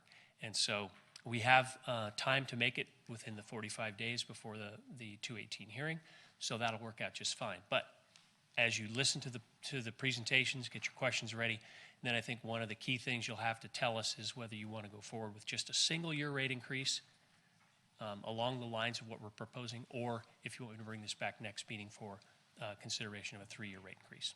So with that, I'll ask Alex Handlers to come up, and he'll begin the presentation. Welcome, Alex. Great, thank Seen you you. in a while. Nice to see everyone again. I guess this arrow makes it go forward. So this presentation is going to be relatively quick, little background on solid waste rates. There's some key issues that some of the proposed rates we have in this presentation are looking to address that I wanted to cover, make sure you're familiar with it. And we've developed some rate alternatives for your input, as Jay just mentioned. Background, you provide solid waste, green waste, recycling services to the residential and commercial customers here in the city. You're one of 12 regional members of the South Bay Waste Management Authority, which is also called Rethink Waste, who acts on the collective interest of the agencies to make sure you're getting a fair deal with your sewer rates, with your sewer services. Solid waste, I'm so used to talking. So he's talking about sewer here. You set the rates, but Recology is who you contract with to provide the services. Every agency with SBWMA independently has contracts with Recology. You also have contracted with them to handle billing and collection. So the bills don't come from the city, they come from Recology. In terms of finances, the solid waste, like your other enterprise funds, are self-supporting. The rates have got to be adequate to fund the cost of service, particularly with solid waste, where the rates really are the only source of revenues that you have. Historically, you've been taking sewer rates 1 year at a time, and as we Garbage mentioned, rates. I'm going to keep correcting you. Garbage rates 1 year at a time, but we're proposing the potential for multi-year. As far as what the rate issues are, one is you're facing some cost increases in upcoming years. The contract with Recology calls for inflationary increases over the next few years, but there's a reset in 2021, 4 years down the line, when Recology is anticipating an 8.2% spike in the cost of collection, and that's the biggest chunk of costs for your solid waste enterprise. At that same year, that's the end of the contract with Ox Mountain Landfill. That's where a lot of the solid waste gets disposed of ultimately. Right now, the contract's on pretty favorable terms, is what we understand. So there's an anticipation that there could be a bump up in costs in 2021. We're using some numbers that we've discussed with SBWMA as reasonable projections for that. The other key point, with all utilities, you're facing inflationary increases. So small annual rate increases are typically needed not to get ahead, just to tread water and maintain funding for the cost of service. And the fourth thing that could be impacting your future need for additional revenues is not a cost increase, but a loss of revenues from reduced sales of recycling. A lot of recycling has been sold to companies in China, and that market's is drying up. This is starting to hit some of the local Recology agencies, not just here in San Mateo County, but some of the other ones as well. So there's less revenues coming in to augment the amount of funds you need from solid waste rates. So we looked at 2 ways of getting from here to where you need to get over the next 4 years using, again, reasonable assumptions. If you just try to take everything 1 year at a time, you'd be looking at roughly 2.5% rate increases each year for 3 years, followed by a 6.5% bump up in year 4. What we're proposing is consideration of a little bit more gradual steps. Look long term, take small steps in the right direction. That would be 4 years of 3.5% overall rate increases to meet the revenue needs 4 years down the line and in the intervening years. The second rate issue and the third one have to deal with your rate structure itself. Rate issue 2 is the residential versus commercial rate realignment. Based on analysis by SBWMA and Recology, your residential rates are a little bit below the cost of service overall, and your commercial rates are collecting more than needed to provide the commercial service. So there's a little bit of imbalance going on. Right now, the residential rates recover about 42% of overall rate revenues, with commercial rates recovering the remaining 58%. And the analysis from SBWMA is saying, hey, this should be closer to 50-50 is where the costs are. The city's already acknowledged this, and you started to address it with your rate increase that's in effect this year. You did a 2% residential rate increase coupled with a 2% commercial rate decrease to take a step to bring things back in alignment. So what we did was say, hey, what if we want to continue that trend of trying to get things back in line, not next year, but look a little long term and take gradual steps over 10 years to achieve rate realignment. And what would happen with your rates is, instead of gradual 3.5% rate increases each year for the next 4 years, you'd be looking at 5% rate increases on the residential side, which is the single-family residential side, and 2% rate increases on the commercial side. So the residential rates would be stepping it up at a little quicker pace, on target to get things back in line, not within 4 years, but within 10 years. So this is the first 4 years of steps towards that. The third issue is within your single-family residential rates, you have different rates for different cart sizes. You have lower rates for small cart sizes, higher rates for larger cart sizes. A lot of agencies have rates like this. It was partly designed to achieve policy objectives of providing incentives to divert waste out of the waste stream, to recycling, reduce waste that people are putting for landfill. The analysis that we're seeing is that the smaller cart sizes have rates that are actually a little bit below the cost of service, and the larger cart sizes are paying rates that are above the cost of service. And I included in the slide here what your current single-family residential rates are, and you can see, the 20-gallon container rate, it's a little over $21 a month. Most folks are at the 32-gallon rate. That's about 5,000 accounts, about 60% of your customers. They pay $32 per month, and you can see there's higher rates for the higher cart sizes. I mentioned the city's already taken steps to address this from 2013 to 2015. You did implement higher increases on the lower cart sizes and actually rate decreases for some of the largest cart sizes. And to give you a sense of what you did over the last 5 years, for the smallest cart size, the rate's currently $21. You raised their rates about $4 over the last 5 years. For the most of the customers in that 32-gallon cart size, garbage rates were increased a little over $4 in that same period, and the largest cart sizes actually have experienced rate reductions. So what we're proposing again is a continuation on this path of addressing the cart size rate realignment. We address this by having higher percentage increases to the smallest cart size and the lowest percentage increases to the higher cart sizes. Again, not trying to get there overnight and rock the boat with rates, but trying to take steady, gradual steps over the next 10 years. The rates that we're proposing would address, just the first 4 years of those steps.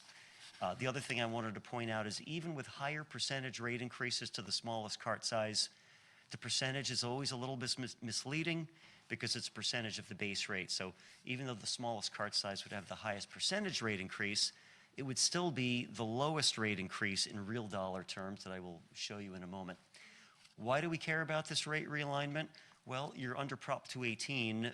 Solid waste rates are property-related charges like water and sewer rates.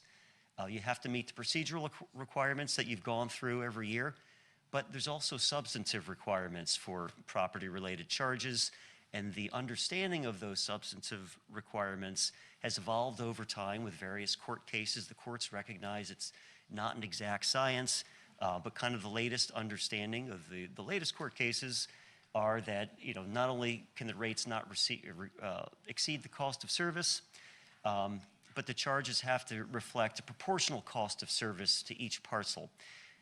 What that kind of translates to is you can't set rates where you want to for policy purposes, even if you're still not exceeding the cost of service. There's got to be a cost of service basis for all aspects of the rate structure. So that's what this realignment is meant to address. Again, we don't think you need to get there overnight. It's not an exact science, as the courts have opined on, but we are coming up with a long-term plan to get you to better alignment with cost of service. So what's being recommended is up to 4 years of rate increases via multi-year rate increase. Again, you could just do 1 year at a time, as you've historically done. Staff is proposing 3 years.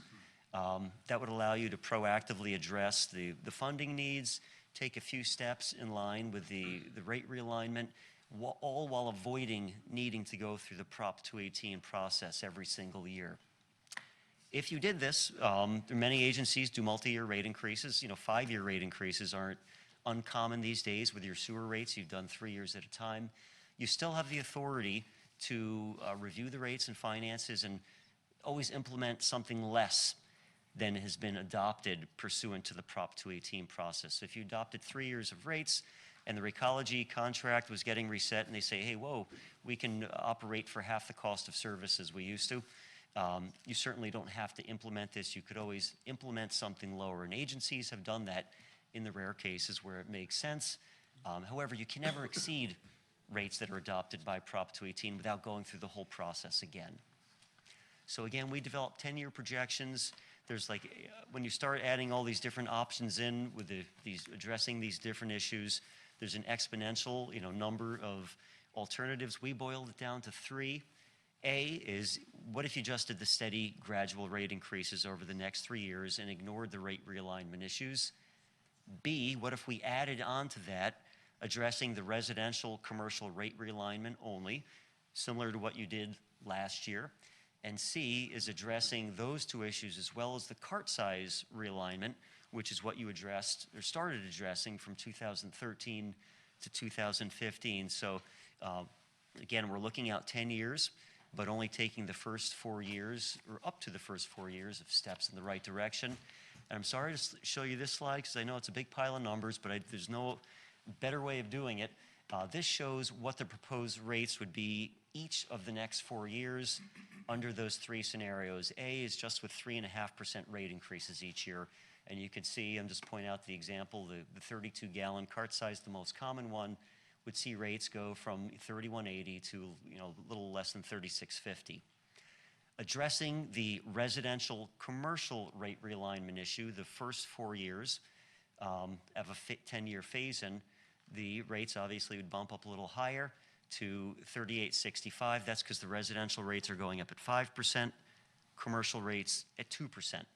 And then to take it one step further, addressing the cart size rate realignment, the typical single-family home would see their garbage rate go up a little bit higher, $39.03.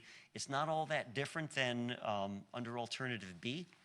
That's because that's kind of where the fulcrum is for where the balancing is financially. But in addition, not everyone would see the same percentage rate increases. The smallest cart sizes would see a little bit higher percentage rate increase, and the larger cart sizes would see lower rate increase. But as I mentioned, when you look at this in dollar terms, I'm just going to point to the yellows, which is the scenario that addresses everything, the first 4 years. You could see that the impacts on the folks with the 20-gallon carts is less than the 96-gallon carts. And that's even as you're addressing the cart size rate realignment issue. It's just higher percentage increases. Happens to be lower dollar increases. So these are the dollar increases that would be impacted each year. We also showed if you were to try to address everything in 1 year, what would the rates look like? If you just did a 3.5% rate increase versus, here's what the rate impacts would be, and you ignored the other rate realignment issues, your typical 32-gallon customer would see a little over $1 increase. However, it's those rate realignment issues that are really putting a larger onus on the residential rates, addressing the commercial residential realignment. If I can get this mouse to work, that's where a larger bump up would happen if you really wanted to address this issue overnight. And that's not what is being proposed. but we wanted to show you what the one-year alternative is. Moving on. Where do you stand with other agencies? Everyone always likes to know. From my perspective, take this with a few grains of salt because every agency is dealing with its own issues, but your rates are pretty much in the middle of the pack. This chart is ordered by the rates for the 32-gallon cart size, which is the most standard garbage size rate out there. So you're right in the middle of the pack. That's the green bar at the very bottom of the chart. Down here, you could see the blue bar, which is for the 20-gallon cart. About 25% of your customers are there. You're higher than some, you're less than some, again, right in the middle of the pack. But as you get to the higher cart sizes, your rates are actually a little bit on the low side. And I also put that in a graphic that I just thought was personally interesting to see kind of the steepness of the rates for the different cart sizes. You're the red line there. The other agencies with South Bay Waste Management Authority are the golden lines. And you can see you've already taken some steps to address some of these issues. So your rates are a little bit flatter than some of the other agencies out there. But this is something a number of agencies are looking at needing to address. They're familiar with the Prop 218 rulings of recent years and the implication for their solid waste rates. And I think I'm going to pause it here when there's some additional issues that are beyond my level of understanding. That's okay. Thanks, Alex. We put in this additional slide regarding the unscheduled services because, as council knows, there are certain services that can be subscribed to and purchased by the different account holders, and they cover things such as backyard collection, transporting carts, or overage events, and these are only paid by those customers that subscribe to those services. And we have a predetermined index that in the current franchise agreement that allows these rates to change, and the cost for these services are recommended to be increased by 1.72% in 2018. So that's part of what you would be approving as we went into 2018, the regular cart rates plus the unscheduled services. And so again, we're looking at costs that will be increasing over the next 4 years. We're finding that our rates are not in perfect alignment with the cost of service. We developed some 10-year projections to try to address these issues and give council something to chew on and to get some direction as we move forward. So now I'd like to call up Mike Kelly from Recology to talk about some of the commercial and single-family service nuances as it relates to carts and services performed. Mike? Welcome, Mike. Good evening, council members. I'm Mike Kelly. I'm the general manager at Recology San Mateo County. I wanted to describe some of the nuances or the way we service single-family dwellings or residential customers versus the way we service commercial or multifamily customers. This slide identifies the main services for these types of customers. You can see a single-family dwelling or residential customer sets their cart out curbside. The multifamily dwelling customer does not need to set their cart out curbside. A residential customer, if that customer does not set his cart curbside, there is an additional charge. We call that the backyard service fee. There is an additional charge for that service. A commercial multifamily customer we would have to pull their cart or bin 0 to 50 feet. That is in the base service cost. Single-family dwelling customers have one-man routes. Commercial multifamily dwelling customers have one- and two-man routes. The average route per day for a residential route, they can service approximately 800 homes per day. The average routes for a commercial or multifamily dwelling route can service approximately 210 counts per day. The base rate for the residential customer includes MSW or garbage, recycling, and organics. The base rate for a commercial or multifamily dwelling customer includes MSW or garbage and recycling. Organics is not included in their base rate. but organics is offered at a discount in the city of San Carlos, and that discount is a 25% discount. Ooh. Okay, there are additional nuances related to servicing multifamily customers. These additional nuances include multiple containers at one service level, various container types, be it carts, bins, or compactors. The multifamily or commercial customer, we may also need to push or pull a cart or bin to be serviced at the truck. There are sloped driveways that our drivers may have to maneuver carts or bins up and down. There is hindered access at some of these customers. That hindered access includes narrow walkways that a driver must navigate, sometimes gates, and trash rooms.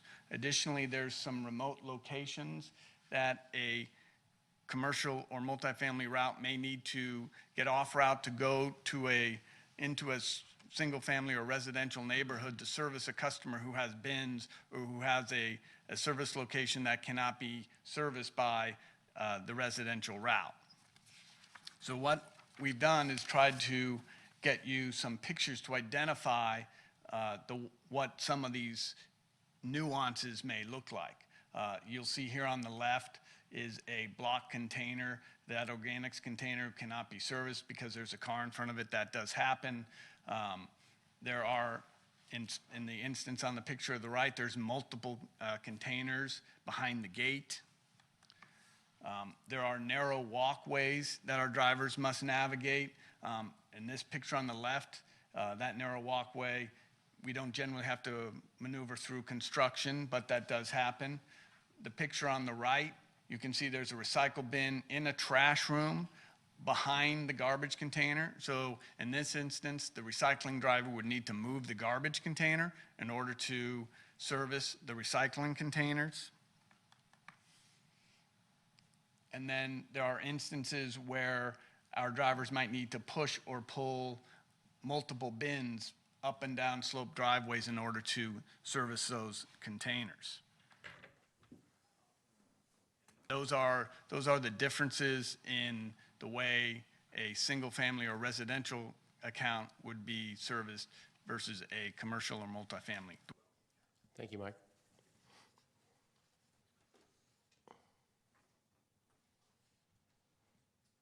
Okay, to bring it back home, Council, tonight we need your direction in how we'll approach our rates for the next several years.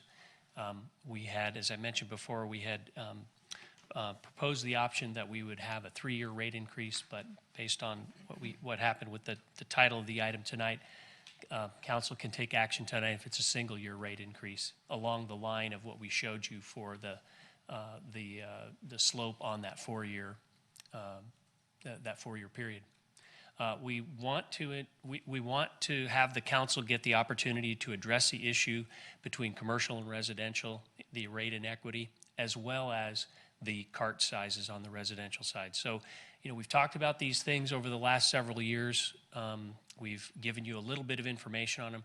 This year is the first year that we've really truly come back with what we see as the rate impacts for dealing with these, not in one case an immediate basis, but if that's not what council wants to do, we can put it on a slope to kind of get there. And we believe that that's a good path towards getting our Prop 218 house in order.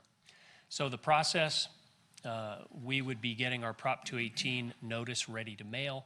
Our goal is to have our Prop 218 hearing on November 27th. And that would be when you would hold the public hearing for the rates that are proposed for 2018. And then our goal is to have those rates effective on January 1. So again, this is where we are with our recommendations. So at this point, we would be able to take questions for any one of the presenters and talk about what direction council wants to take tonight. Thank you, Mr. Walter. Mr. Albert, questions? Yes, thank you, Mr. Mayor. Thank you, gentlemen. That was a very good presentation. In fact, before I get into my questions, I really have only one sort of critique, which is in the analysis about the various approaches to dealing with some of the discrepancies between the various funding regimes. it would have been really helpful to see by the end of, say, the 4-year period, how much progress we had made. In other words, in my mind, to the extent that, let's say in 4 years, we're going to cause some additional pain for people, but we have only made a little tiny bit of progress, well, that changes my reaction to it, as opposed to if in 4 years we're actually 40% of the way to solving the problem, it's like, okay, that's different. So it would have been nice to have seen that. Let's see, I wanted to refresh my memory, and you don't have to pull up this specific slide, but you had that one slide that talked about the rates as they exist in 2017 on the residential side for the different cart sizes.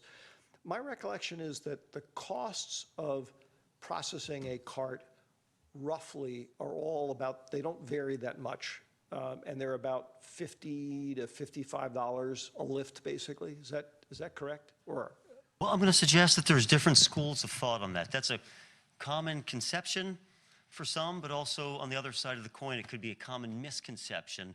On one side of the coin is the truck's got to drive up to every house and pick up that waste, whether it's a little can or a big can. It's still the same drive, same driver doing the same thing. But there's an equally legitimate other side of perspective that I think is more reflective of economic reality, which is that a larger cart size is requiring more capacity in that truck, more driver time shuttling the waste back and forth between the routes and the shoreline center.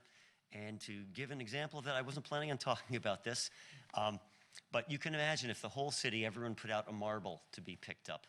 It'd be very easy to have one truck whip through, pick up the marbles in one big route, take it to the shoreline center, you're done with it. Now think of the other side of the coin. Everyone puts out a full truckload of waste. These are kind of the extremes I'm talking about here, but the same principles apply for the different cart sizes. If everyone put out a whole truckload of waste, you'd have to have a whole fleet of trucks and drivers out there filling up, going back and forth to shoreline. So there are some costs that are going to be the same for every home, but there legitimately are different costs of service for collection when you look at the capacity and the needs for serving larger carts versus smaller carts. fair enough, and I understand what you're saying. I think you and I might someday over a glass of wine have an interesting debate about some elements of that. But let me suggest that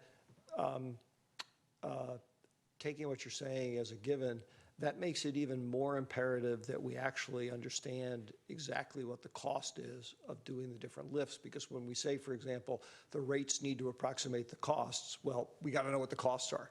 And do we know what the costs are? And you don't need to tell me, but if I were to say, Alex, I'd like a list by cart size and bin size of exactly what the cost is, factoring in everything you just said, do we know those numbers?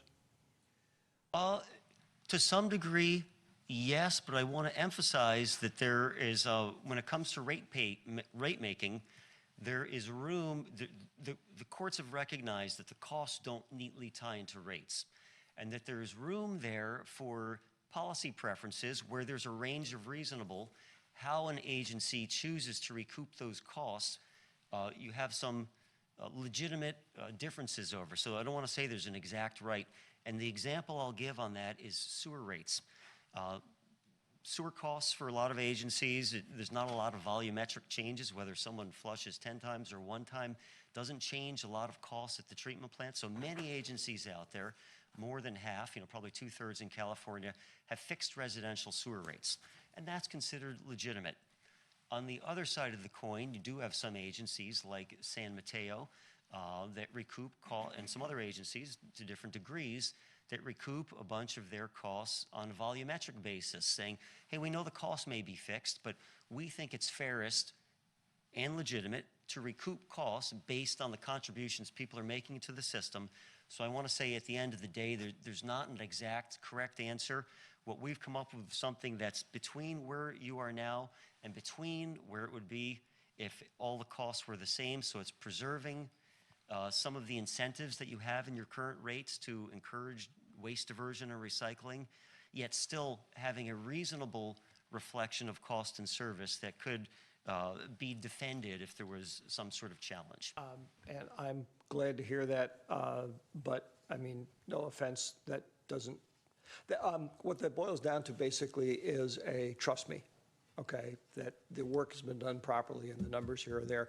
So let's not continue to debate that because I don't want to burn up colleague time. But Jeff, I would ask that I would like a personal briefing from staff on in more detail about how these costs are actually being estimated so that I can have a sense of, yes, this trajectory will get us to some place that I can stand tall and say, fine, that makes sense, okay? On a much more minor level, somebody mentioned that we subsidize the organic collection, and that was news to me. I'm just curious. It was a 25% figure. And if we subsidize it, where does the subsidy come out of? Is it baked into the overall rates or what? The 25% discount, so an organics customer for an MFD, they would pay a separate fee to have organics service. So they would not have organic service unless they subscribe to it. When they subscribe to it, then they are charged that fee with the 25% discount. Okay, but how does the discount get made up? Somebody's got to pay it. It's got to come out of some budget someplace. It would be in the total cost and the total revenue of the commercial side of that. Okay, so it gets baked into the overall cost that we're recovering through the commercial rate structure. Okay. Correct, fine. and the revenue's on that same side. Got it. It's Mike, right? Thank you. Good. I'm just asking you to stay there because my next question was for you too. You showed us the slides with the various nuances. I actually found that very interesting because I hadn't realized all the issues that the service agents were dealing with. But maybe I missed something. In showing us this information, are you asking us to do something, like think about, I don't know, having fines if people don't set things? I mean, what was the point of it? Just informational only. Okay. There are two ways of servicing customers, and single family, I think, is pretty general and wide known, but commercial and multifamily is a little different. Well, I appreciate the information, and I will say just, some years ago I did a ride along with one of the Recology drivers, and I was really impressed at the extra stuff that we never hear about here that they do, and they have all this complicated system for keeping track of stuff, and half the time they don't. I don't want to get them in trouble, but half the time they don't enter the stuff because they're just dealing with issues and trying to move it on. So, thank you. That's all I have for now, Mr. Mayor. Okay, Mr. Collins? Thank you, Mr. Mayor. Just really short question. I don't know who answers it, but I think you answered my question of what the rates would look like on a one-year rate increase. And it looked like those were some pretty steep numbers, 42%, 27%, 14% for some of them. In other words, someone with a 32-gallon, which you said is the most common, is that right? Most people have 32-gallon. So their rate would go, in this hypothetical, it would go from $31 a month to $40 a month. Is that right? I think it's slide 14. That one right there. This is the one-year rate realignment. And remember, Yeah. this is to take care of all the, what we've highlighted as kind of the iniquity of cost versus the cost of the service versus the rates being charged all in 1 year. And so it would go from the 32-gallon cart, it goes up by $8.67 per month. So this is what you would charge if you were charging according to the cost. Is that right? Fixing everything. This is the rate that would give us the revenue that we need. The revenue that you need. Pay for the realignment as well as the revenue we need for the Recology collection, disposal fees, and agency fees over the course of the year. Right. Okay, good. So using that as my starting point, what happens the next year? Well, do these numbers hold for a number of years? If we did this scenario, which is the 1 year, fix it all in 1 year, what would happen is we would fix the commercial residential inequity, and we would basically kind of flatten out the costs to the rates for the residential carts, big carts to small carts. Right. The next year after this, we would still need to think about a 3.5% so that we could be properly targeting where we need to be at year 4 for the new agreement with Recology, which has that 8.2% uptick at that point. So fixing it all at once doesn't mean that there's not further rate increases. That is correct. Okay, that's what I wanted to clear up. Thank you. There could be if you promise there will be no inflation. Mr. Grocott. You can promise that. Mr. Grocott. Sorry, not on. I'm just curious, maybe this is not a good question to ask, but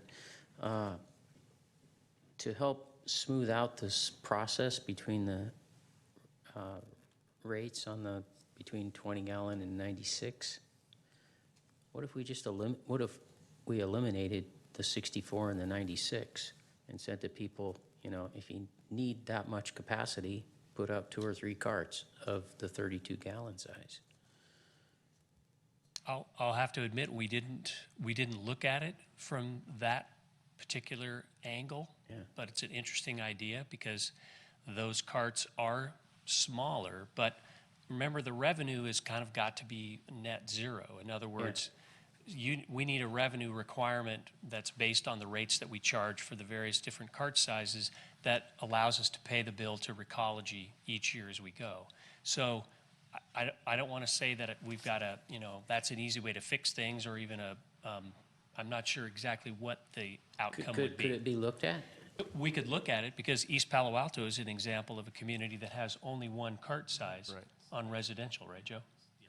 Because isn't the 32, if I'm not mistaken, and correct me if I'm wrong, the 20 is where you do the insert in a 32? So then really you only have 2 cans. Or I mean, actually 1 can size is just a matter of an insert. And you don't have 3 different can sizes. And then the fourth one being where you do the insert. You just have 1 can size. And if you want something smaller, you do an insert. Right, so we had not looked at that. And I'll ask Joe, do you have other agencies done that and looked at it that way? Not that I know of. Okay. Good evening, folks. Hi. Not that I know of. There are 2 thoughts that come to mind when I hear that. I have not yet heard that before. One is there's a productivity efficiency discussion that goes along with that. By and large, you want the company to service the largest cart possible in that scenario. When you start downsizing to the smaller carts, you're actually bringing the efficiencies down. The second part is, of course, what the customer's needs are.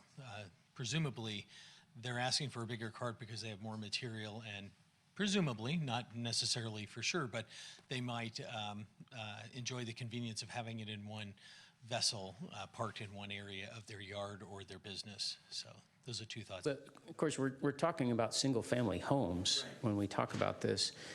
I would think perhaps an approach that we could take if we were interested in this is simply to, you know, we've got about 12 or 1,300 customers who are using 64 or 96 gallons, okay?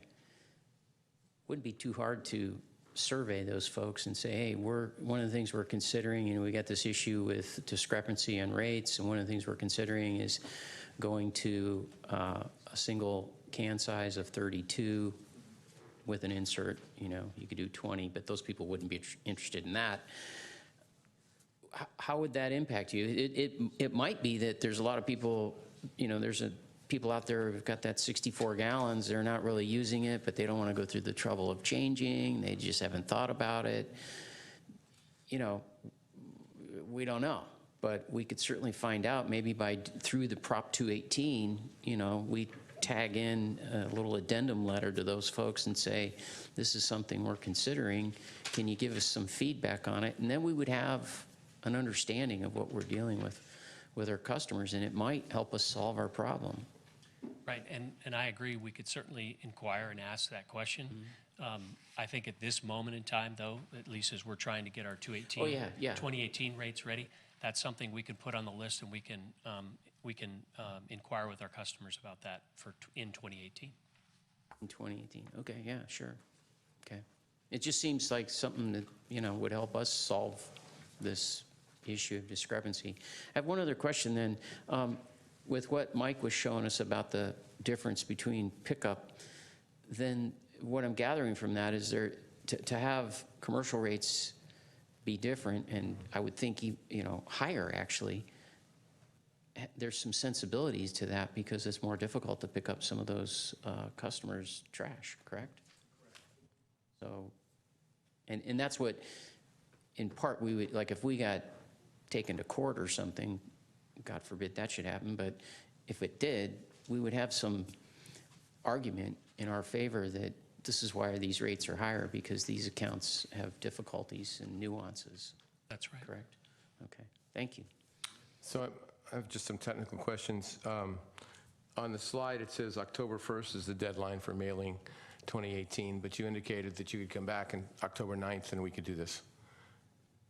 Yes, and in my quick conference with the city attorney out in the hall, we do have, Some extra time? it's from the 13th. Okay, so we do have, We thought I'd have ask. extra time. Okay. Yes. The second question is, Joe, I thought Ox Mountain ended in 2019. Okay, so it was said tonight that Ox Mountain ends in 2021. It doesn't, it ends in 2019. December 31st, 2019. Right, okay, I just wanted to make sure everybody understands that. And that's, I don't think that really affects what Alex did. I just want to make sure everyone understands that. Prices are going up. And that's kind of why we included it in the discussion. We don't know yet what it'll be. Right. But we do know that contract's ending. Right, no, I just want to make sure everybody understands this.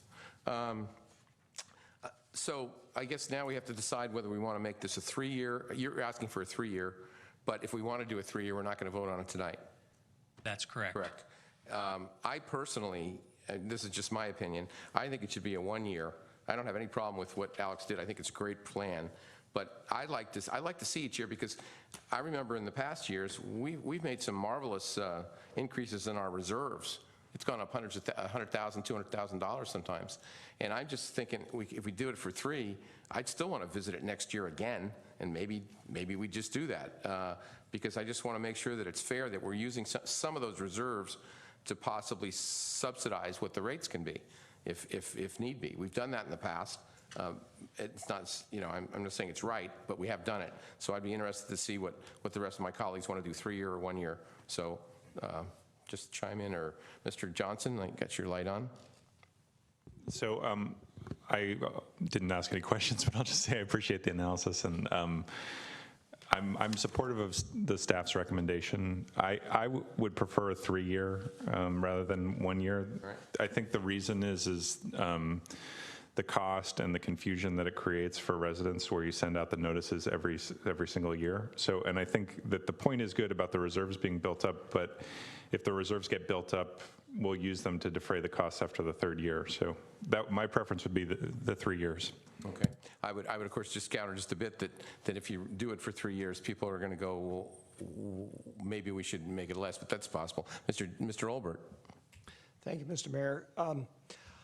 I'm actually, I could go either way on this. I lean towards doing the staff recommended 3-year horizon, basically for the reasons that Cameron was talking about. I mean, the longer term one, even though, as staff pointed out in the report, we can revisit this if something happens next year and costs either are way low or way high, right? Some hurricane wipes out every oil refinery in the Gulf of Mexico.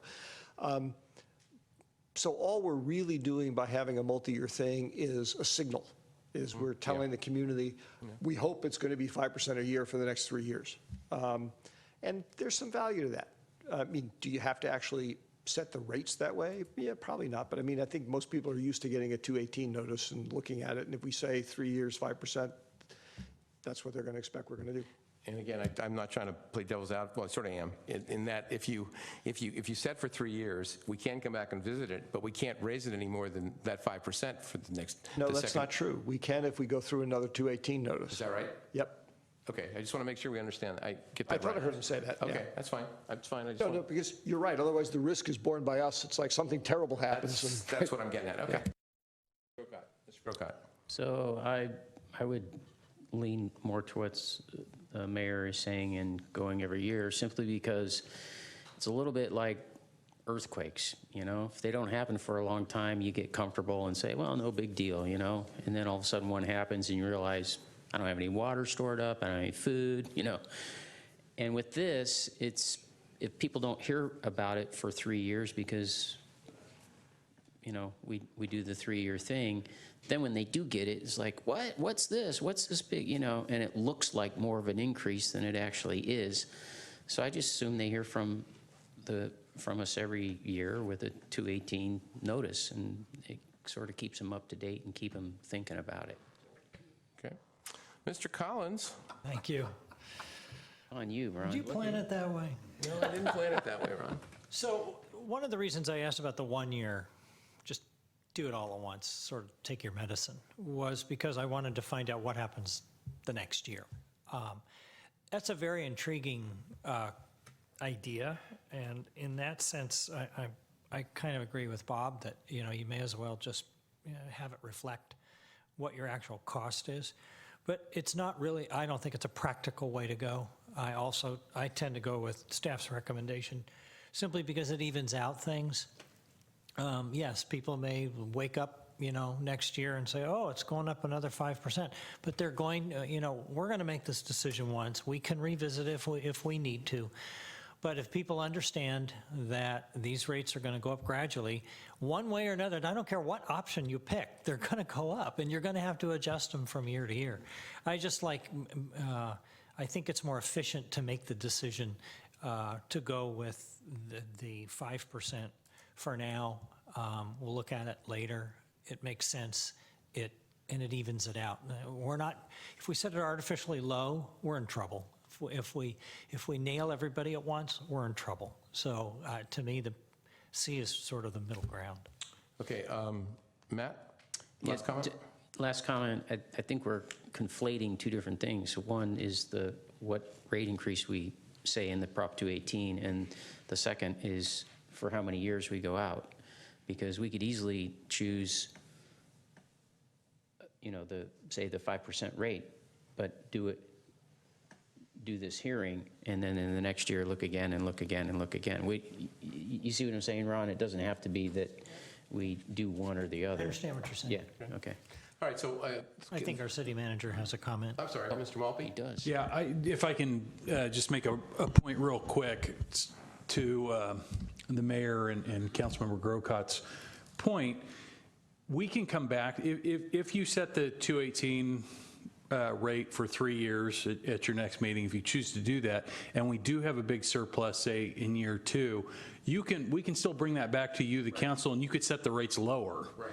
For that year without having to do a 218 notice. So really this is more about how often you have to go out with your 218 notice. Obviously, if something went wrong and we needed a much bigger rate increase, we would come back and we would deal with that. But under this scenario, I think we could meet your point, your point by just coming back and taking a look at the surplus without having to go through the whole, very cumbersome. There's a lot of work, a lot of cost, and there's probably a lot of brain damage on, for our residents in terms of having to understand what that is that they're getting in their mailbox. Plus, we're in the minority, so. Yeah. Mr. Mayor, can I ask one more question? I'm sorry. Sure, go ahead. What's the cost of sending out the 218 notices each year? Is it a nominal cost or is it a big number? I think all said and done, it's somewhere around $4,500 to $5,000. That's to go to every account holder, every property or every resident in San Carlos, the mailing, the postage, and all that kind of stuff. Yeah. Are we going to describe, and again, I guess I should wait for now, I'll ask it now. When we send out, assuming it's 3 year and that's what the tenor is right now, is it going to describe that it's going to go up for three years in a row at 5%? Yes. At a maximum of 5%? That's correct. Okay, all right. All right, so the tenor is that we'll bring this back then October 9th. Mr. Mayor? I'm sorry, yes? No, that's fine. I just wanted to bring up a related but different issue, which relates to how the 218 notice is written, to see if anybody else feels the same way I did when I looked at the draft that we had, which was only for a 1 year increase. Personally, I would like to see the 218 notice do a somewhat more thorough job of explaining why we're doing things. That, for example, we're trying to mitigate an expected jump in costs in 2021 when the contract switches over. We are trying to mitigate these differences in costs because legal advice that's come down through courts is that we can't do what we've been doing for years. So I had actually given some draft language to staff, but I just want to see if anybody else feels you know, if you read this, it is boilerplate, necessity for new rates. Right. It's quite boilerplate. Let me ask Mr. Walter. So as Mr. Olbert said, it is boilerplate for the necessity for new rates here. I mean, I don't mean to be critical, but I mean, it's pretty generic. I mean, can we incorporate some of this information so that people actually do understand what this, it's just like when we sent this thing out, what, 2 years ago or 3 years ago, I don't remember, we sent out an increase in rates, and we were lowering the rates. Right. That's Yeah, actually. that was that's maybe before your time, but we sent it out and it said increase. And I'm like, hello. So in other words, can we maybe just get a little away from the boilerplate, and can we do that, Mr. Rubens? And or is it a law that we have to send this? The only thing is the notice has to have the defined details per the Prop 218, but we can add to that. Well, I was just thinking, and add some plain English I think it's explanation. important that we try to describe why we're doing 3 years, why we're, you know, what the plan is, and then, I don't know, city manager, is that reasonable? Okay, I just want to make sure everybody's on board on that. Okay, great. Okay, so anything else on this?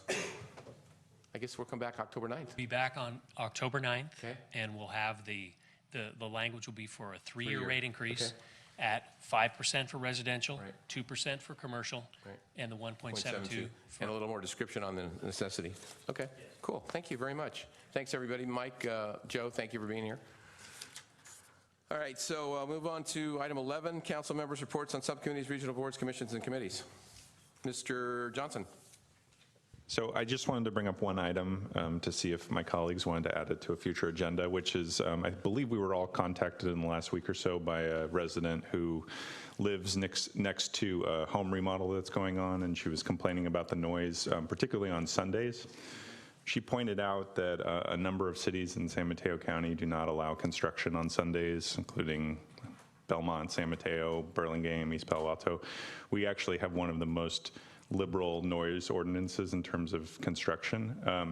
I personally don't think we should allow residential construction on Sundays, but I wanted to see if other council members would be interested in bringing this item back to take a look at our construction hours. I think we shouldn't be allowing construction on Sundays on commercial or residential unless it's some type of an emergency situation, so I would agree with you. You know, I think we should bring that back too. I think Sunday, we did it for the, I mean, not to equate the dog park with it, but the point is, we did do it for the dog park. So- May I weigh in with a Amy, suggestion? you listening to that? Go ahead. I'm sorry, Mr. Over? Yeah. Yeah, because the mayor and I actually spoke about this during the week, because I saw the same email. It occurs to me that this, I mean, I have no problem with it coming back directly to us, but I think this is actually an example of something that would be better served if it went through the Planning Commission. And so that they could hold some hearings and have some discussion, because I know in my conversations with Chris Valley, he pointed out something to me, which is kind of an interesting trade-off, which is if you reduce the number of days and hours that work can be done, you're expanding the number of weeks over which the work has to be done. And I can see different people having different reactions to that, hence the need for having some public input and discourse on it. Hence, I think the value of having it go to the Planning Commission first. Paul, do you think that or Mr. Rubens, do you think we should go to Planning Commission then on this? I think it has to, because Okay. I think this is a regulation in the zoning code, so. Okay, so we'll do that. Sounds good to me. All right, anything else, Mr. Johnson? Nope, that's it. Mr. Grocott? Just to highlight to folks that live in San Carlos, and probably especially those who live on the east side, that the FAA is holding a meeting to talk about noise issues that are related to the San Carlos Airport. And the meeting is this Wednesday, 6 p.m. in the Isaac Newton Center Auditorium at 70 West Heading Street in San Jose. Why they chose to do this in San Jose and not even in our county, I don't know, but there it is. Okay. Anything else from the dais? If not, Mr. Maltby. Nothing this evening, Mr. Mayor. Okay, if nothing else, meeting is adjourned.